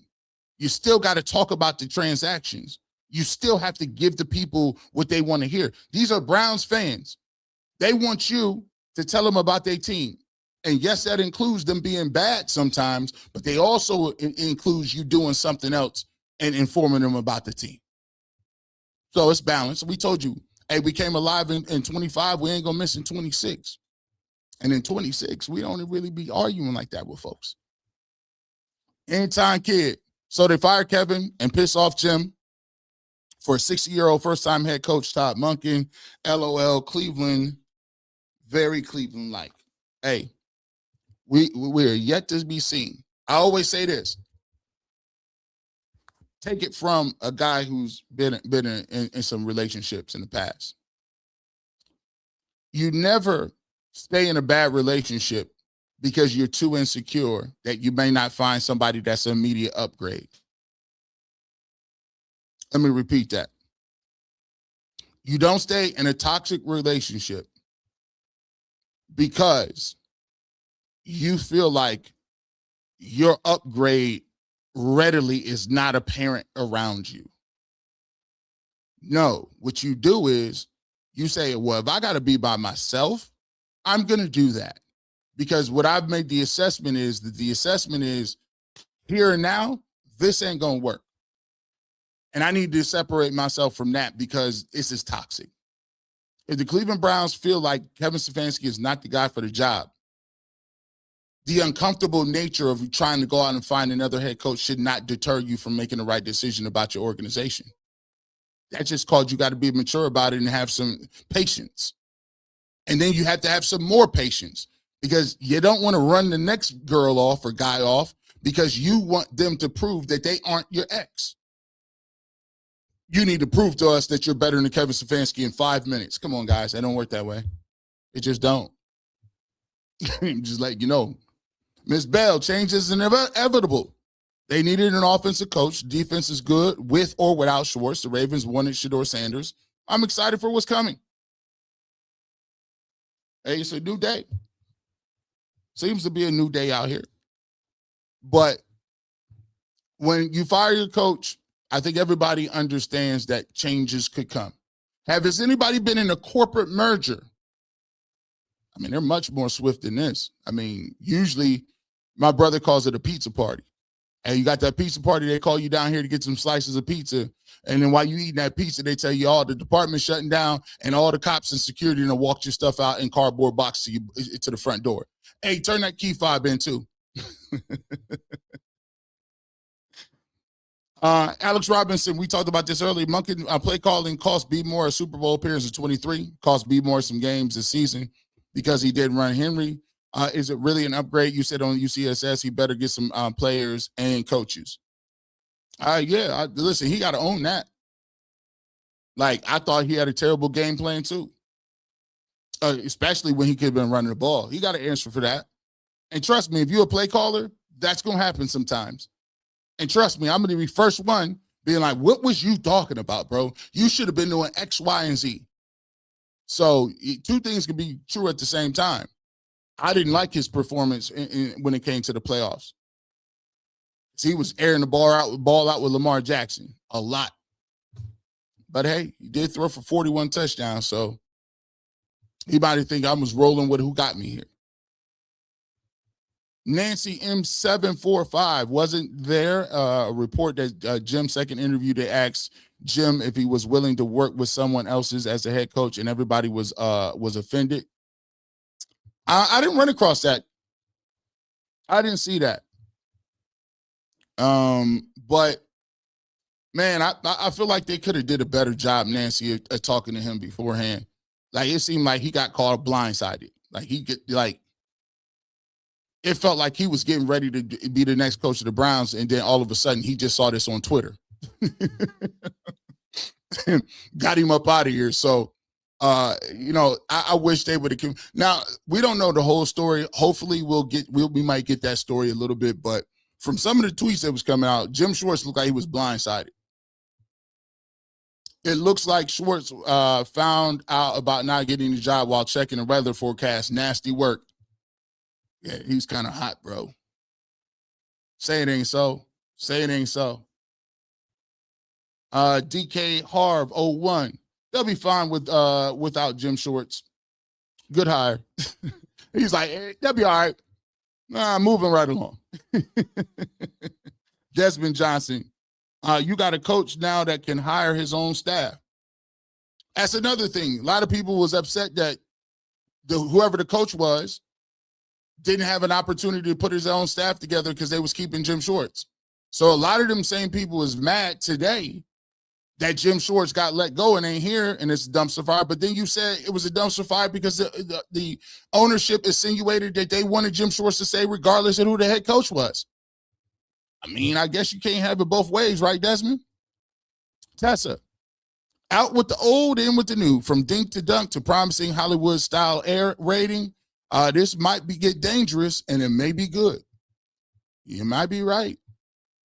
Either way, we gonna all be front row and center for it. And you know what Shedeur Sanders said? That tell me all I need to know. Hey, let's get ready to work. And frankly, let me just say this. No disrespect to anybody. They may have people that the shows I'm on or wherever I'm at, they may change leadership all the time.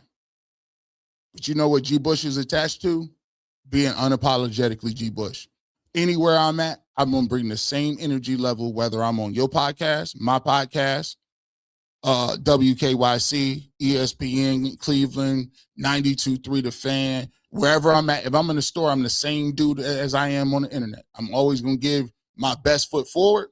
And sometimes in life, you got to realize that it's a business. So we expect people to come put their best foot forward and give the new regime an opportunity to see what it is. I ain't got a forecast. Low down doesn't come overnight, and it's like a bullet. It has no name on it. Jim has seen them do somebody else wrong. It's just his time. Somebody said, I always learn. Here's what I'm going to tell y'all. This is wild work. Shout out to 4,300 people in here. I don't know why. We appreciate y'all pulling up. Appreciate y'all pulling up. When you learn this, and it's crazy, everything you got is borrowed. It's a different perspective as you get a little older. I was telling somebody, like, shout out to my brother, Bryson. Said, man, look, we was talking about houses, man. And, he working hard, grinding. He working to get his first house. Shout out to him and my sister-in-law, Mylene, and Zara. Y'all see him on the channel all the time. They working hard, getting down payment together, trying to buy their first house. And we were sitting there talking one day, and he was talking about these houses, and I was looking not impressed. He was like, dang, bro, you got a house like you. I'm trying to get where you at. I said, Bryson, let me just explain something to you, bro. The only difference between owning something and leasing something is that the words attached to it. People talk about, I own my house. Like 5% of the people that say they own their house own their house. Like literally, that mortgage is like 30 years. If you literally paid your house off and you own it, shout out to you. I want to be there one day. But there ain't no difference between you not paying your bills, leasing, or owning. If you don't pay your bill, if that's your mortgage or your rent, you get evicted. The worst part about it is the bank just come take mine. They just lock you out your rental apartment. If put your stuff on the street if you rent. I said, it's all about the way you think about it. Everything that we got is borrowed time here. You don't own none of this stuff. Even if you own your house, one day somebody else gonna live in it. Even if you own your cars, one day it's gonna be another. At your clothes, your shoes, your house, everything that you own one day will be somebody else's. And you gonna be in a box. So what you should be working for is working to get to the next level. All this other stuff down here is meaningless. And as much as I like it and as much as it's cool, ain't nobody got a U-Haul next to a hearse. It ain't coming. So everybody on borrowed time. to be honest with you, bro. Everybody on borrowed time. You better be getting your life right. So, look, hey, Jim would be all right. He'd be cool. He'd have made a great living. You know, he might even pick up the phone and talk to the Browns again. But, Ms. Bell, you are correct. Ain't nothing that serious. This thing is serious. You lay down and you don't get back up. Greg Castellanos, G. Bush is 2026, new Browns day one start today. I appreciate you, my guy, as always. James Woodard, I think Tommy leaving F their plans up. Man, I think Tommy was always going with Kevin. He was always going there. I think Callahan was always going there too. So, hey, look. Listen, this Todd Monken, this is his first and only head coaching job. I guarantee he put his heart into it. I want somebody that's going to put their heart into it and do it for real. So, we're going to see what he brings to the table. We're going to see what he brings to the table. Jab 9237. From day one, I felt it would be Monken. Other names made me doubt, but my intuition was right. Monken wanted Shedeur. Harbaugh, young guys were not a match. God don't make mistakes. Let's see what's next. Hey, it only happened the only way it could have. You look, we're going to see what pops up next. It's an opportunity for a fresh and new start. We're going to see who embraces it. T. Storm says, I like Raheem Morris for DC. I do too. Jay Will, what about Lovie Smith for defensive coordinator? I ain't seen Lovie in a minute. Somebody show me where Lovie, come on up. Lovie wasn't he the head coach of Illinois? I think he was. Patrick Williams says, Shedeur has a coach that believes in him, is the ultimate confidence booster. That's what you want. Really. Like, more than anything, you want somebody to believe in you, no matter who it is. I always tell people, man, hey, the best feeling in the world is you got somebody that know they got your back and they believe in what your talents is and they believe in you. See, it's a lot of people that believe in you when they up. But when you down, they ain't nowhere to be found. Certain people be betting wrong. You bet wrong. Like, I want somebody to bet on what I'm doing, how I'm moving, what I bring to the table. Bet on my production. And when you got somebody that believe in you, you're gonna go above and beyond because it's a mutual thing. It's a synergy type thing. You know what I'm saying? It's both of y'all got skin in the game. The one thing I do like is Shedeur got something to prove. A.B. Shorts had got something to prove. Todd Monken got definitely something to prove. And Jimmy Haslam got something to prove too. I like people being desperate. I like desperate because that means you got to be in a foxhole together. Let's see what pop off. R-back dog. Schwartz not an offensive-minded coach, so they hired Monken to fix the offense, change the culture, hold players and coaches accountable, so I'm not mad. He has a track record of offensive success. Let's see if it translates to the Browns, but I could see in an interview process where I look at this, why they made a move. Now, is this going to be 1,000% successful? Is that guaranteeing you're going to be great? No, that don't guarantee you nothing. Like I always said, it's what you do in the field. But they better get to work. Because I will say this, there's a lot of people that's going to be gunning. A lot of people going to be gunning. So, we'll see. A lot of people going to be some naysayers. DB Dog says, I know Jim probably hurt, but it takes a step back and looks at it from the team standpoint. This will be a great move for him. Better defense, better chance for a head coach opportunity next year. I haven't seen, and I guess I'm not closing the door on Jim. He might have just been in his feelings.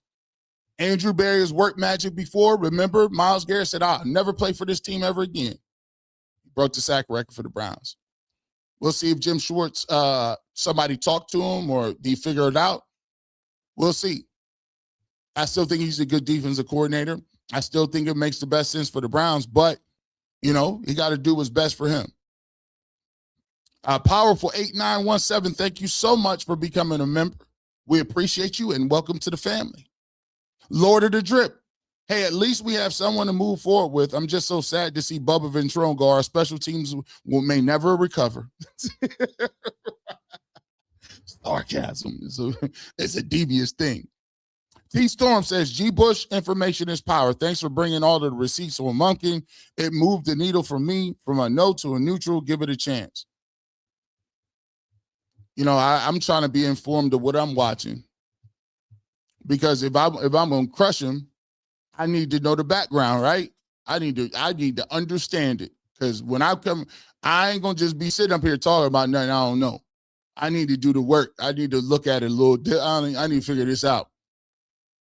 Because like I said before, look, the Cleveland Browns is at a pivotal standpoint.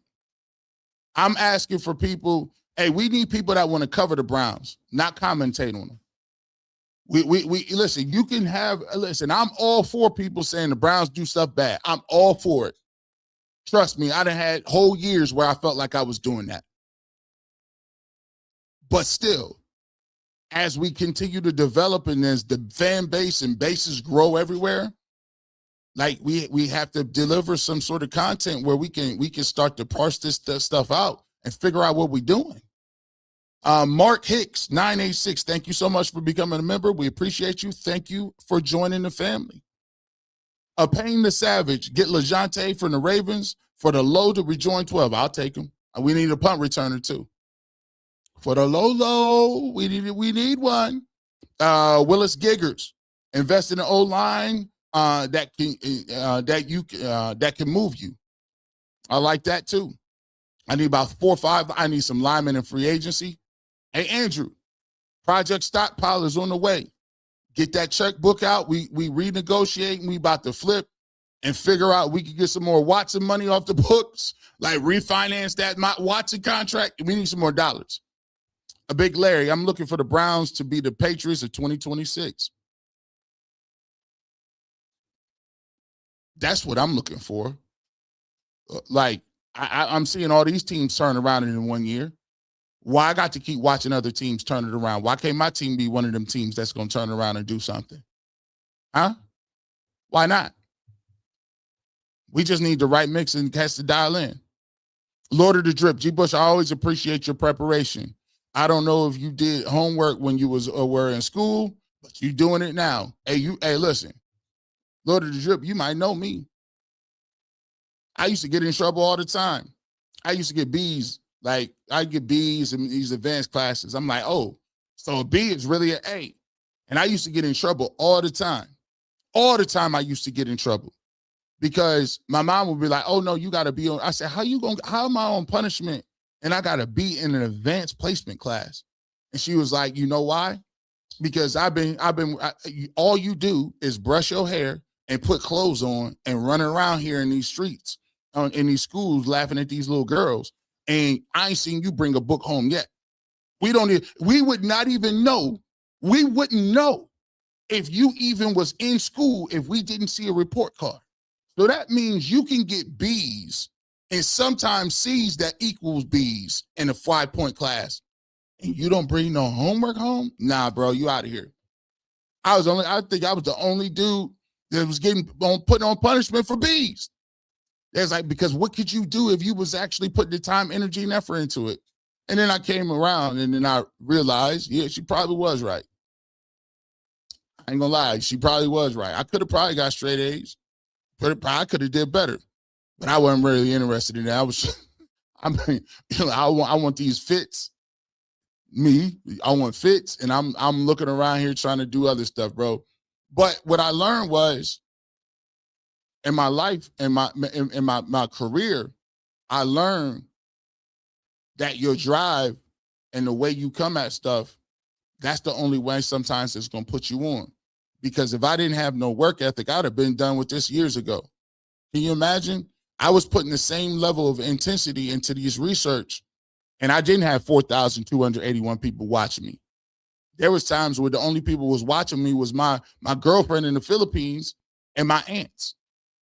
And it wasn't no CU aunties. It was just my literal aunts and my aunties. And they would tell me, shout out to my Aunt Gail. She would say, your microphone is off, or your stream is slow, you're choppy. And it was 3 or 4 people watching, and my parents. But that work ethic tells you, hey, put that work in when nobody ain't watching. So I'm glad you appreciate it, and I'm glad that you enjoy it, man. Monken was the best hire. Squizarm, shout out to you. Thank you for the super chat. Monken was the best hire based on his resume. His offense produces at elite level, which we need. Accountability is there as well. What do I miss? Squizarm, sometimes you're looking for, sometimes we want splash. Some people is upset because, hey, I need one of them names. I need a name to go with the name. You get out of a bad relationship, you automatically want your next girlfriend to be much more thin, much more pretty, much more intelligent, much more smart and sophisticated. Now, everybody can't be G. Bush. Everybody can't upgrade like that. But I'm just saying, everybody wants to, right? And sometimes you got to be by yourself a little bit. Sometimes you got to put some work in on yourself. But this, to me, I'm not in here to prognosticate or tell you that Todd Monken is a grand slam hire. He going to have to prove himself just like the rest of them. However, I can see why they made the choice that they made based on my research. More might come out, but based on my initial process, I can see where they went with that. Nancy said, there was talk that Jim didn't want two young guys either. How do you hire a head coach like that? I find it hard to believe that no one wants to coach this defense. You'll find somebody to do it. Let me tell you this. You're coaching Myles Garrett. You're coaching, Denzel Ward. Somebody will coach it. And for me, sometimes it's cool to be uncomfortable. I would have liked that. Listen, I would have loved to kept Jim Schwartz. But I also can understand that you was 3 and something last year. I can understand where people, remember, I told people, I said, hey, man, maybe somebody want to coach their own team or bring their own guys in. So we going to see. Emos1112 tried to tell you guys on UCSS, G. Bush, this is a blessing for Shedeur. This guy is an offensive G. Now draft some weapons, offensive weapons. Just don't be better than the Ravens. I think it actually does bode well for Shedeur. And the thing about it is, Todd Monken ain't gonna give him nothing. This is his one and only shot. He ain't gonna give you nothing. He gonna have to come earn it. You're gonna have to come earn it. You notice what Shedeur said, hey, let's get ready to work. So, that narrative is out the window that he's gonna be given anything. He ready to work just like we is. Squizzer and Andrew Berry told us he was fixing the offense this year. Weapons are coming in the drafts and trades. Negative bums will eat crow. Well, when you win, I mean, we got a long way to go. It's a lot of work to be done. So this ride is going to be legendary because it's going to be a long way coming. Miss Bell says, I like him. Let's go. Miss Bell, she was like, I like what he was talking about. Big Friday. We might get Shiloh for special teams now. Yes, sir. New Cleveland. Hey, somebody hit Shiloh up. Hey, he run down on kickoff with me anytime. Shiloh made all Big 12. JB Smooth. Monken cool. He seems like a teacher of the game, a football guy, and a guy who cares more about players' ability than a system or scheme. That came off. His football knowledge came off to me a little bit in that series from a little bit that I saw too as well. E. Crawford, Dallas wide receiver George Pickens is a free agent. 12 plus 3 equals TDs, baby. I like Pickens. He didn't have much of a problem in Dallas this year. I didn't think he was a headache. George Pickens can play. He can play. Nancy, some of 12 interceptions came from being afraid of being taken out. I think some of them, a lot of, he had interceptions. Some of them, he didn't see the defense. Some of them was he got hit. Some of them, the balls pounced off people's shoulders. I think sometimes, this year, interceptions get blown out of proportion a little bit because I think a lot of people really, to be honest with you, really wasn't even interested in evaluating Shedeur Sanders. Like we still got people talk about get him off the team, and it's like crazy. So some of the interceptions is just like they was talking about with the sacks. Sometimes people feel it's a certain way, and you be like, come on. Playing crazy. Do you think the coach will sign Shiloh? I don't know. He might get an invite. It depends. It's a new special teams coach that'll probably be here. Like, let's not get it twisted. Like, Shiloh, like, he's a good special teams player. Like, I could foresee him being on special teams and being a guy that's a gunner or a punter or different things down on kickoff and stuff like that. So it's just all about, and here's the thing too. Shiloh, he got the bag. Shiloh running around being a model, being pretty, bro, like just out here with this fashion and this gear. Like, he doing all right, man. He doing all right for himself. He be all right. It all depends on if he still want to play or not. That plays a role in it as well. Neela Larson, proud but sad Broncos fan, visiting the shop, soaking up knowledge. Hey, we appreciate you. Thank you for pulling up. Y'all had a good run, too.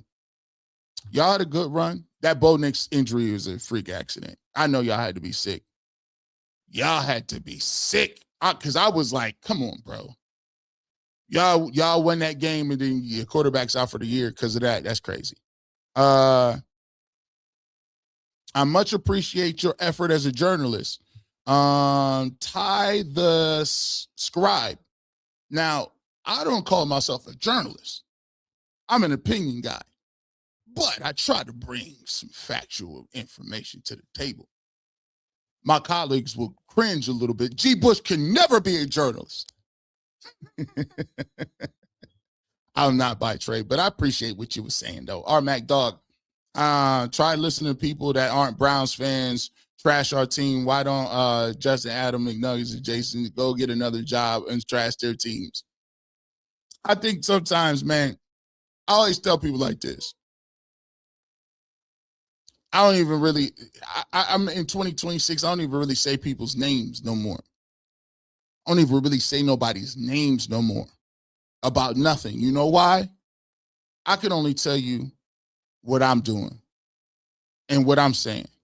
And here's what I'm saying in 2026. And maybe y'all can vibe with me on it. In 2025, I talked a lot about what other people's opinions were. Not in 2026. It's like taxes. Everybody gonna have an opinion, but you got an account for them. For me, in 2026, my motto is I'm unapologetically Cleveland Browns. I'm unapologetically gonna root for my team.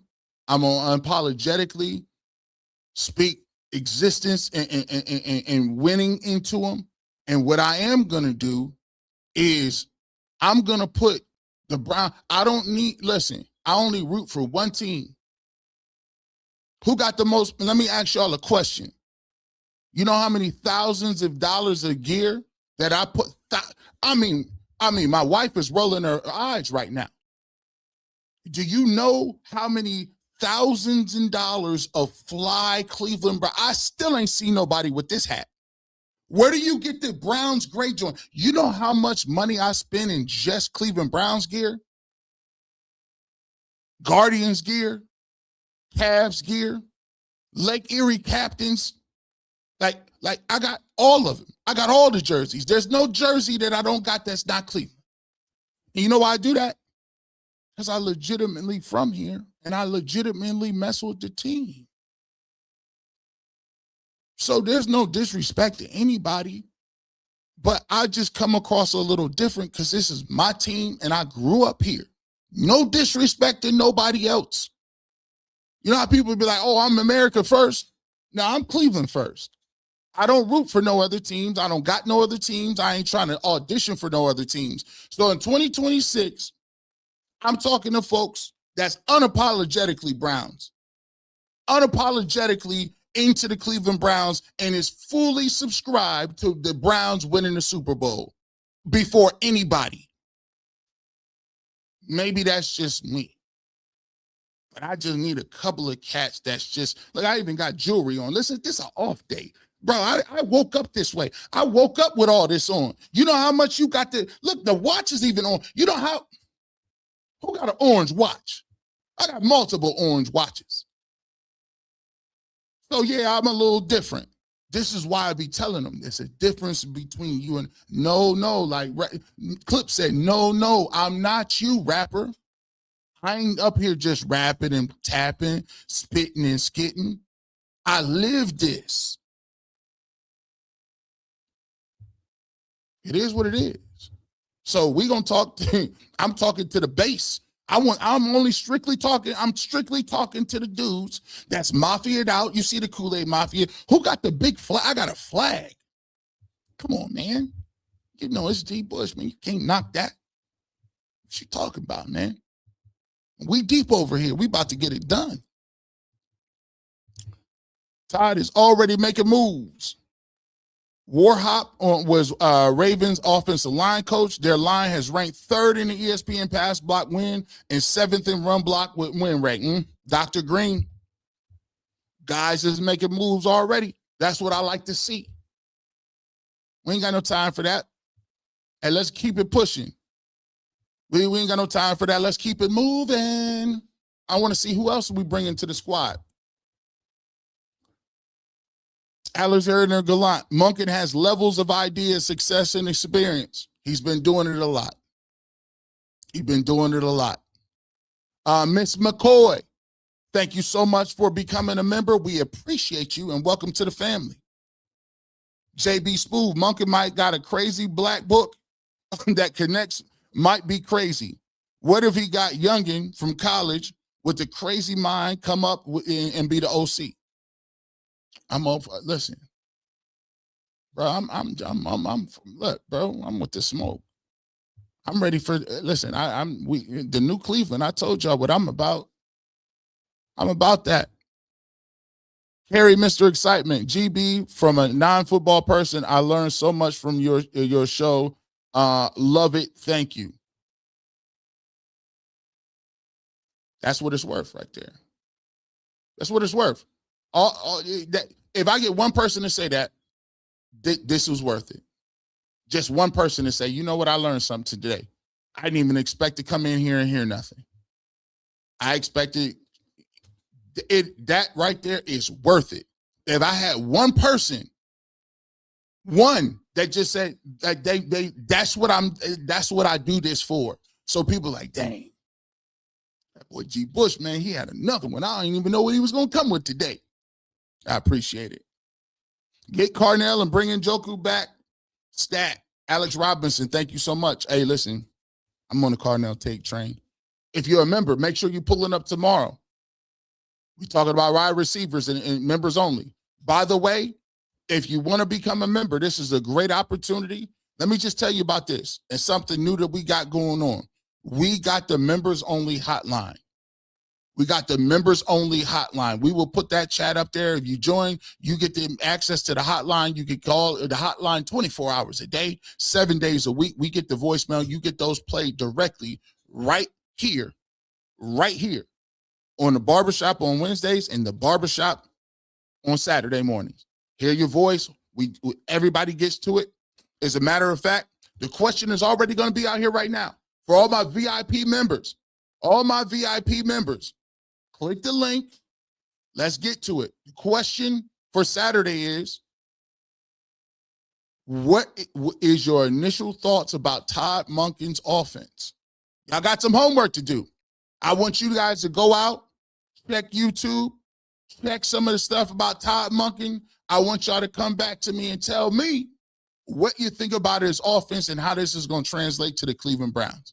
Y'all got the link. We'll put the link up there. If you want to be a part of that, make sure You join members only. We'll put it in the members only chat and you'll have an opportunity. Be looking for the link in the post. If you are a member, the question of the week is going to go in the post. So check out the Barbershop membership just on the post. It'll be a regular post. I'll give you the question. It'll ask whatever question I'm going to ask that week. And then you click that and you're able to record. Let's get to it. Dim Dog 77. Hiring Monken probably solves the offensive penalties. That was a constant under Stefanski. Why can't we hire a DC from within like Tarver? He should have picked up this wide 9 scheme. It'll be interesting to see who he hires as a defensive coordinator because I want to look at that too. I want to see what the defensive coordinator, and I want to see what the fallout's going to be in the next couple of days anyway, and see where Jim Schwartz goes as well. Desmond Johnson, G. Bush, you telling me the Browns can't win a division? Look at the teams in your division. I think people looking at it all wrong. The division is open. Hey, bro, man, listen. Man, the Steelers won the division this year. Let me tell you, I just saw the Browns beat the Steelers and the Bengals with nobody on offense the last 2 games of the year. I saw them play the Bills and lose by 3 points. Come on, man.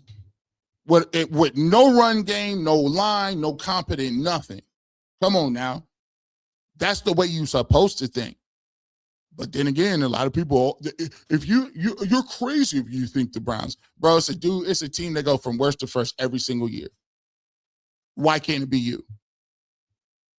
It's because just because Schwartz assumed he had the job doesn't mean he had the job. Don't count your chickens before they hatch. Man, they should have communicated this better because I think if he would have known, I'm going to wait to see what happens. I'm speculating because I don't know what really went down, but it just seems like he was blindsided. But if they would have already had the conversation with him, like, listen, Jim, this is what's going on before the hire started, I think they could have remedied a lot of this. Mrs. McWilliams, they said it looks like AB and Haslam were in disagreement on a hire. Seems like they were on the same page to me. Can you work with 12? I think that's also another trope that we got to stop. Every single time, it's the default of bro. That man, Jimmy Haslam, just sit up there and say why they was keeping Andrew Berry. So the same people that said they don't believe Jimmy Haslam, they should have fired Andrew Berry. Now they saying that there's a rift between him and Jimmy Haslam. For what? For what? Why? What do you mean? Boy. It's one of them. Dave talks credit. Browns just hired Baltimore offensive line coach. What's your thoughts? I like it. I like it. The Baltimore offensive line has been solid. I think in PFF rankings, he's done a good job and they've done a better job of developing offensive linemen than we have. But we will break that down as well. Coming up in our shows on Saturday, coming up through our shows coming up, we will be talking about these hires and who guys are going to come in. And I'm glad he got to get into this staff immediately, which shows me he has some guys in mind for some stuff. Monken was the best offensive choice, including Schwartz. Them Dogs 77. I would, if you look at his resume, I'd have to agree. Because I can't give, them young dudes they didn't even have none of that resume. They weren't even calling plays yet. James Crosby. So let me get this straight. We got Miles and we got Haslam paying all the money. Sports media said nobody wanted to come here. That's crazy as hell. Well, look, I never, if you've seen me, I've never subscribed to the whole conversation of the worst job or the best job or this job is garbage or this job is terrible. Like I've told you my experience level with it, and I've told you like this. Organizations are going to run their search the way they want to. If you're a candidate and you go into an organization and you really want the job, you're going to put your best foot forward. By the way, let's stop acting like everybody gets equal opportunity access to these jobs. It's funny we talk about everybody's turning him down, and Eric Bieniemy ain't get no job. He still ain't got no interview to be no head coach. How's about all the coaches that got fired? Remember Antonio Pierce? He ain't up for no job again. I mean, you know, the Jim Caldwells of the world, they was bringing him in just to be the token black guy in the Rooney Rule. So let's not act like there's equal access across the board where people is so privileged that they can turn these jobs down. Quit playing them games like that, bro. Nobody would come on, bro. It's people that ain't even getting considered for these jobs, which is crazy in itself. Smile 12,000. Tell the haters Stefanski need them in ATL. Stefanski ain't bringing nobody with him. He ain't bringing not one person. Shedeur's him, and now we have a coach that unleashes talents. What him with a full season, he never had that at UCS. People forget that. Shedeur's 7 games was his true offseason and reps. Grand YouTube channel. We appreciate you. We appreciate you. We appreciate you. I want to see what that offseason looked like. And it looked like Shedeur ready for it too. Naturally Mar. You never know, Browns needed to hold 28 for Shiloh. The Shiloh buzz is getting real. Shiloh might be in the building. G. Bush thoughts on the new offensive line coach for Baltimore. Their last Niger YSLT. That sound like a criminal organization in Atlanta. Now I'm playing with you. No, I like it. I like the move. I like some of the offensive lines that the Baltimore Ravens have. I like the way, and by the way, they're going to run a lot of RPOs too. I think they're going to bring some of that to the table. So I'm all for it. I've been underwhelmed with the Browns offensively, especially their offensive line in these last couple of weeks, last couple of years, so to speak. DB Dog, if you want to see the physical play looks like, go back and watch Tony for the U and how he was blocking linebackers at second level. The attitude, I think, TM will bring, Todd Monken will bring to the offense. But listen, Kadarius Toney is a monster. That dude is nice. He's a freshman. See, they need to work with these rules. Him and he don't need to be there no longer. We already know about your boy from Ohio State. There's no reason that them two dudes is in college. They could play in the pros right now. They ain't playing the pros right now. I ain't gonna lie to you. Nish speaking, the Cleveland media and some fans are exhausting. Talk down their own job, then knock a guy who pursues and wants the job. They say it's trash. It's low self-esteem. I think it's low-hanging fruit too. I mean, like I said, like after a while, you know, it's only so many ways you could say somebody is bad. I mean, that has a shelf life on it. Like, you know, at some point, and I think doing other types of content showed me that. Like when I do the Bleacher Report, it's strictly based on transactions and different things like that. Talking about what's going on with the Cleveland Browns. It's less opinion. I do like doing opinion stuff, and I debate. I do that. So there's a place for all of it. But there's also a balance that you need and a balanced diet of other things. And I just think it would be a disservice to people. And that's why I told myself, I let it be known, I don't have a strong opinion about the coaching situation. Like, I think people wanted me to be strong opinion coaching guy because I have a strong opinion about the quarterback and I got a strong opinion about the head coach that they got rid of.